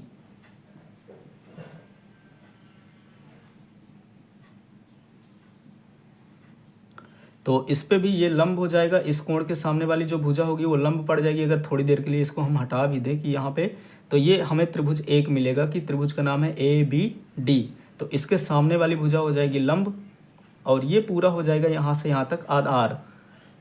तो tan 30 अंश हम लेंगे थीटा बराबर, क्योंकि यहाँ पे जो कोण बन रहा है वो 30 अंश का बन रहा है। लंब हो जाएगा यहाँ पे ए बी, और आधार में यहाँ पे हम रखेंगे बी डी। ए बी का मान यहाँ पे 75 है, 75 रखेंगे। बी डी के देखेंगे तो दो पार्ट हैं, एक तो यहाँ पे बी से सी है और दूसरा सी से डी है। तो बी से सी 75 है और सी से डी यहाँ पे x है, यानी इन दोनों को हम मिला देते हैं तो ये बी डी मिल जाएगा। तो जो बी डी होगा इतना प्लस इतना के बराबर होगा, यानी B C plus C D के बराबर होगा। tan 30 अंश का मान हमें पता है कि 1/√3 होता है, तो √3 रख देंगे। अब हमें इस फिगर की आवश्यकता नहीं पड़ेगी। और यहाँ पे 75 है तो 75 रखेंगे। फिर यहाँ पे दूसरा यहाँ पे क्या है कि जैसे यहाँ पे 75 + x है तो 75 + x हम यहाँ पे रख देंगे। अब इसके बाद 75 + x का गुणा 1 के साथ कराएंगे तो 75 + x, और इसका गुणा इसके साथ होगा तो 75√3। फिर यहाँ पे x, इसको हम इधर लाएंगे तो 75√3, 75 इधर आएगा तो माइनस का 75 होगा, और 75 दोनों में से कॉमन है तो x की वैल्यू आ जाएगी 75 बाहर, और रूट में √3 -1। तो हमें x का ही मान निकालना था, तो हम यहाँ पे लिख सकते हैं कि दोनों जहाज़ों के बीच की जो दूरी आई है वो आ गई 75 रूट में √3 -1 है। तो नीचे से लिख देंगे अतः दोनों जहाज़ों के बीच की दूरी 75 √3 -1 है। इस प्रकार से क्वेश्चन नंबर 13 कंप्लीट हो गया। अब हम सॉल्व करते हैं क्वेश्चन नंबर 14। क्वेश्चन नंबर 14 में हमें फिगर दे रखा है और इसके बाद लिखा है कि 1.2 मीटर लंबी एक लड़की भूमि से 28.2 मीटर की ऊंचाई पर एक क्षैतिज रेखा में हवा में उड़ रहे गुब्बारे को देखती है। ये एक गुब्बारा है और यहाँ से लेकर के भूमि तक के जो बीच की दूरी है वो 88.2 मीटर है। भूमि कहाँ पे है? यहाँ पे है। इसके बाद क्षैतिज रेखा में हवा में उड़ रहे गुब्बारे को देखती है। किसी भी क्षण लड़की की आँख से गुब्बारे का जो उन्नयन कोण है वो 60 अंश हो जाता है। अब यहाँ पे जो गुब्बारा है उड़ते उड़ते इधर आ गया और यहाँ से जो कोण बन रहा है वो 60 अंश हो। जैसे यहाँ पे एक गुब्बारा दिया हुआ है, यहाँ से लेकर के यहाँ तक के जो बीच की दूरी है वो 88.2 है। अब थोड़ी देर के बाद ये गुब्बारा उड़ करके यहाँ पे आ गया। अब इसको यहाँ पे देखती है तो उसके आँख का जो उन्नयन कोण है वो 60 अंश बनता है। इसके अलावा यहाँ पे लिखा है कि कुछ समय के बाद उन्नयन कोण घट करके 30 अंश हो जाता है। फिर इसके बाद लिखा है कि इस अंतराल के दौरान गुब्बारे द्वारा तय की गई दूरी ज्ञात कीजिए। क्वेश्चन नंबर 14 में लिखा है कि 1.2 मीटर लंबी एक लड़की भूमि से 28.2 मीटर की ऊंचाई पर एक क्षैतिज रेखा में हवा में उड़ रहे गुब्बारे को देखती है। यानी यहाँ पे गुब्बारा उड़ रहा है जो कि भूमि से 88.2 मीटर की दूरी पर है और जो लड़की की लंबाई है वो 1.2 मीटर है। आगे पढ़ेंगे तो लिखा है किसी भी क्षण लड़की की आंख से गुब्बारे का उन्नयन कोण 60 अंश है। यानी कि यहाँ से इस गुब्बारे को देख रही है तो जो कोण बन रहा है आंख से वो 60 अंश का बन रहा है। इसके बाद कुछ समय के बाद देखती है जो उन्नयन कोण है वो घट करके 30 अंश हो गया। यानी कि ये गुब्बारा जब यहाँ पे पहुँचा तो जो कोण था उन्नयन कोण वो 30 अंश हो गया। यानी यहाँ से यहाँ कोण जो था वो 30 डिग्री हो गया। अब हमें बताना है कि गुब्बारे द्वारा तय की गई दूरी बताइए। यानी गुब्बारा यहाँ पे डी पे था और डी से ये एफ पर आ गया, तो डी से एफ के बीच की दूरी हमें निकालना है। हम डी से एफ के बीच की दूरी कह लें या हम सी से ई के बीच की दूरी कह लें। पूरी दूरी यहाँ से धरातल से या भूमि से हम कह सकते हैं इसकी जो गुब्बारे की दूरी है वो 88.2 मीटर है। लड़की की जो ऊंचाई है 1.2 मीटर। तो हमें यहाँ पे क्या करना है कि लड़की यहाँ से देखती है, तो 1.2 मीटर जो नीचे का है उसको तो हमें नहीं लेना है। तो हम क्या करेंगे कि पूरी लंबाई में से, पूरी ऊंचाई में से 1.2 को घटा देंगे तो ई एफ का मान निकल आएगा। तो ई एफ का मान निकालने के लिए हमें पूरी दूरी यानी 88.2 में से जो यहाँ पे लड़की की हाइट है उसको घटाना होगा। तो ये हो जाएगा 87 हो जाएगा, 87.0 मीटर, क्योंकि हमें ई और एफ लेना है। कोण, क्योंकि जितने भी कोण बन रहे हैं वो सब यहाँ से बन रहे हैं, तो हमें ये वाली लाइन सीधी लाइन लेना होगा। तो हमें पूरी यहाँ से नहीं लेना है, तो इस वाली दूरी को हम हटा देंगे, यानी 1.2 को हटा देंगे। 88.2 में से 1.2 को घटाने पर आएगा 87.0 यानी 87। तो अब सॉल्व करते हैं इस क्वेश्चन को। तो सबसे पहले हम त्रिभुज ले लेंगे यहाँ पे ए सी और डी। इसको तो मैं हटा देता हूँ क्योंकि इसका कोई काम नहीं है, तो कंफ्यूज करने के लिए ना हो। जो हमें गुब्बारे की यहाँ पे ऊंचाई लेनी होगी वो ई से एफ लेनी होगी, और ये हो जाएगा 87। 88.2 में से 1.2 को घटा देंगे क्योंकि उसको हमें नहीं लेना है। अब यहाँ पे सबसे पहले त्रिभुज लेंगे ए सी डी। तो हम यहाँ पे लिखेंगे कि त्रिभुज ए सी डी में, तो त्रिभुज ए सी डी में देखेंगे तो ये कोण 60 अंश का बन रहा है, तो इसके सामने वाली जो सी डी होगी वो लंब होगी और ए सी हो जाएगा आधार। तो हम यहाँ पे लेंगे tan 60 अंश बराबर लंब हो जाएगा यहाँ पे सी डी और आधार हो जाएगा यहाँ पे ए सी। tan 60 अंश का हमें मान पता है कि जो tan 60 अंश का मान होगा वो √3 होगा। सी डी का मान, जो जितना सी डी का मान होगा ठीक उतना ई एफ का मान होगा, क्योंकि गुब्बारा यहाँ पे ऐसे डिस्टेंस कवर किया है, ऊंचाई सेम ही है, तो जितना सी डी की ऊंचाई होगी उतना ई एफ की भी ऊंचाई होगी। तो हम सी डी की जगह यहाँ पे रखेंगे 87 और ए सी का मान यहाँ पे ए सी ही रहेगा। ए सी का मान निकालना है तो ये √3 को हम इधर लाएंगे, तो ये 87 बटा हो जाएगा √3। इस प्रकार से यहाँ से ए सी का मान निकल आया। अब दूसरा हम त्रिभुज लेंगे यहाँ पे ए ई एफ, जहाँ पे 30 अंश का कोण बन रहा है। तो त्रिभुज ए ई एफ में हमें यहाँ पे लेना होगा tan 30 अंश। tan बराबर होता है लंब, और लंब हो जाएगा एफ ई, और आधार यानी कि ए से ई, एफ ई बराबर यहाँ पे रखेंगे 87, क्योंकि ऊंचाई तो सेम ही रहेगी। और इसके बाद जो ए ई यहाँ पे दिया है, तो ए ई के दो पार्ट हैं, एक ए सी है और दूसरा सी ई है। तो ए ई की जगह हम लिख सकते हैं ए सी प्लस सी ई। यहाँ पे लिखे दे रहा हूँ एक बार कि एफ ई बटे में ए सी प्लस सी ई। इस तरह से मैंने एक बार लिख दिया। tan 30 अंश का मान होता है 1/√3। एफ ई का मान जो है वो 87 हो जाएगा। ए सी का मान अभी हमने निकाला है यहाँ पे, तो ए सी का मान बाद में रखते हैं। और सी ई का मान हमें यहाँ पे बताना है कि सी ई का मान कितना होगा, तो हम सी ई की जगह सी ई, यहाँ पे सी ई का मान हम देखेंगे तो सी ई का मान हम रखेंगे कितना हो जाएगा, तो हम उसी तरह से अभी पूरा लिख देंगे। हम इसको अभी नहीं रखते हैं, हम डायरेक्ट यहाँ पे ए ही रखेंगे, ए ई रख देते हैं तो ज़्यादा आसान हो जाएगा, क्योंकि ए ई में से हम ए सी को घटा देंगे तो सी ई की दूरी निकल ही आएगी, तो और आसान हो जाएगा। ए ई का गुणा 1 के साथ करा दिया तो ये ए ई हो जाएगा, और √3 का गुणा 87 के साथ कराएंगे तो ये 87 √3 हो जाएगा।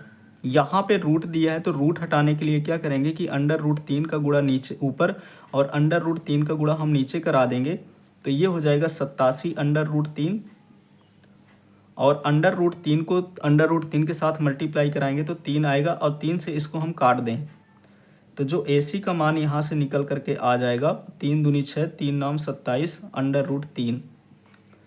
तो AC का जो मान आ गया है वो यहाँ पे 29√3 होगा। इसी को आगे हमने और सॉल्व कर लिया तो AC का जो मान आएगा 29√3 हो जाएगा। और AE का मान हमें यहाँ से मिल गया। अब हमें क्या करना है कि पूरी दूरी में से, अगर ये पूरी दूरी AE है, पूरी दूरी में से हम AC को सब्ट्रैक्ट कर दें, यानी ये दूरी हटा दें तो ये दूरी बचेगी, यानी हमें CE निकालना है। तो CE निकालने के लिए पूरी दूरी AE में से हमें AC को यहाँ पे घटाना होगा। AE बराबर है 87.3 और AC का मान यहाँ पे 29 यानी 29√3 है। इनको दोनों को हमें घटाना है, तो घटाएंगे तो 87√3 में से 29√3 को घटाना है तो ये हो जाएगा 58√3 मीटर। तो C से E के बीच की दूरी, यानी कि गुब्बारे ने कुल कितनी दूरी तय किया, 58√3 मीटर। तो लिख देंगे नीचे यहाँ पे, अतः गुब्बारे द्वारा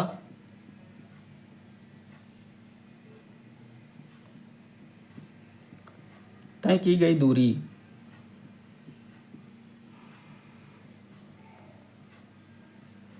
बराबर 58√3 मीटर है। ये हो गया इसका आंसर।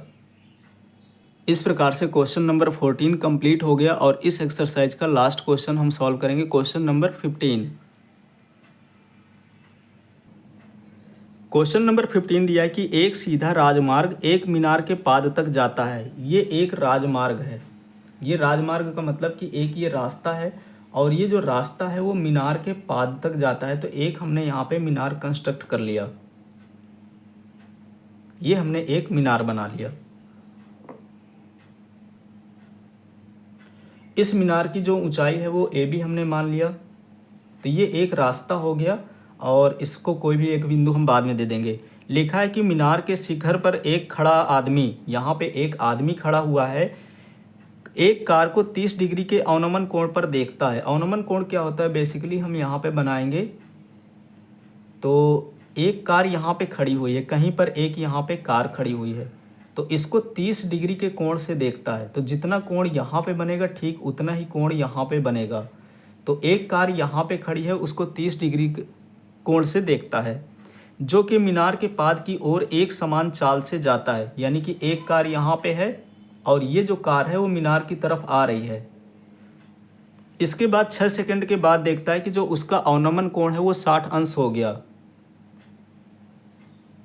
जो उसका अवनमन कोण है वो 60 अंश हो गया, यानी कि 30 अंश से घट करके 60 अंश, बढ़ करके 60 अंश हो गया।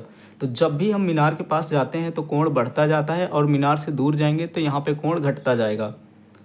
तो ये वाला जो कोण अवनमन कोण है वो 30 होगा और ये 60 होगा। तो अगर ये 60 है तो इसी भुजा से संबंधित जितना भी कोण बनेगा वो यहाँ पे बनेगा।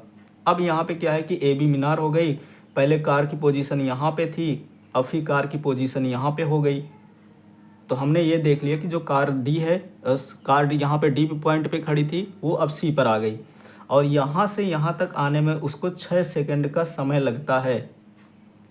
यहाँ से यहाँ तक की दूरी कवर करने में उसको 6 सेकंड लगता है। तो कह रहा है कि इस बिंदु से मीनार के पाद तक पहुँचने में कार द्वारा लिया गया समय बताइए। यानी कि अब C से B तक पहुँचने में कितना समय लगेगा। तो हमें BC का मान निकालना है। तो लिखेंगे माना BD राजमार्ग है,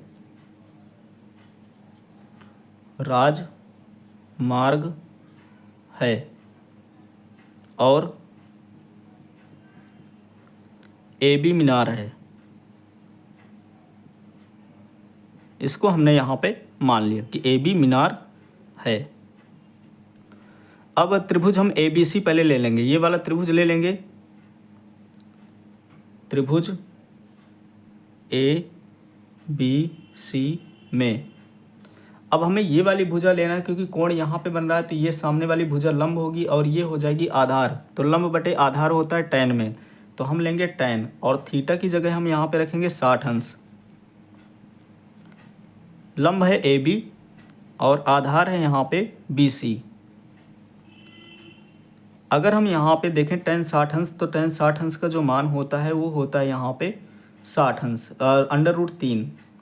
इसके अलावा अगर हम BC बराबर ये मान लेते हैं कि यहाँ पे BC बराबर x है और AB बराबर h है, यहाँ पे h मान लिया और BC बराबर x है, यहाँ पे लिख देंगे कि AB बराबर h और BC बराबर x है। तो AB की जगह हम यहाँ पे h रख सकते हैं और BC की जगह हम यहाँ पे x रख सकते हैं। x का गुणा इसके साथ कराएंगे तो ये √3x हो जाएगा और बराबर में हो जाएगा h के। इस प्रकार से अब दूसरा त्रिभुज हम यहाँ पे लेंगे, दूसरा त्रिभुज लेंगे A B और D। तो जब त्रिभुज ABD लेंगे तो यहाँ पे क्या होगा, लंब तो वही AB रहेगा, बस थीटा की जगह हमें यहाँ पे 30 अंश रखना होगा और लंब वही AB रहेगा। साथ में यहाँ पे BD रखेंगे क्योंकि हम 30 डिग्री यहाँ से इस बिंदु से ले रहे हैं, तो पूरा यहाँ से लेकर के मीनार के पाद तक की दूरी लेंगे तो BD हो जाएगा। BD को हम दो पार्ट में लिखेंगे, AB बराबर तो h हमने लिया था तो h लिखेंगे और BD के दो पार्ट होंगे, एक तो CD हो जाएगा और दूसरा हो जाएगा CB या BC कह दें। अब इसके बाद इसका हमें मान रखना है, तो tan 30 अंश का जो मान होता है 1/√3 होता है, ऊपर h है, CD बराबर यहाँ पे 6 है और BC बराबर हमने x माना था तो हम x लिखेंगे। 6 + x का गुणा 1 के साथ कराएंगे तो ये 6 + x ही रहेगा और √3 का गुणा h के साथ कराएंगे तो √3h हो जाएगा। 6 + x है तो 6 + x रखेंगे, √3 है तो √3 लिखेंगे और h का मान है √3x तो हम √3x लिख देंगे। √3 का गुणा √3 के साथ कराते हैं तो हमें पता है कि यहाँ पे 3 हो जाएगा और यहाँ पे 6 + x है, ये प्लस का x इधर आएगा तो माइनस का x होगा। अब इसके बाद इधर 6 बचा और 3x में से 1x चला जाएगा तो यहाँ पे अभी 2x बचेगा। 2 को हम इससे काट सकते हैं, 3 बार में कट जाएगा तो x का मान आ गया यहाँ पे 2, 3, x का मान आ गया यहाँ पे 3। यही हमें निकालना था कि x का मान मतलब C से B तक जाने में कितना समय लगेगा। तो हम यहाँ पे लिख सकते हैं कि अतः C से B तक कार को जाने में 3 सेकंड का समय लगेगा। इस प्रकार से यहाँ से क्वेश्चन नंबर 1 से लेकर के क्वेश्चन नंबर 15 तक हम कंप्लीट कर लिए हैं। इसके अलावा पिछले 10 सालों तक जितने भी हाइट एंड डिस्टेंस यानी ऊंचाई और दूरी के क्वेश्चन, इंपॉर्टेंट क्वेश्चन पूछे गए हैं, तो उनकी एक अलग से वीडियो बना करके डिस्क्रिप्शन में डाल दूंगा लिंक।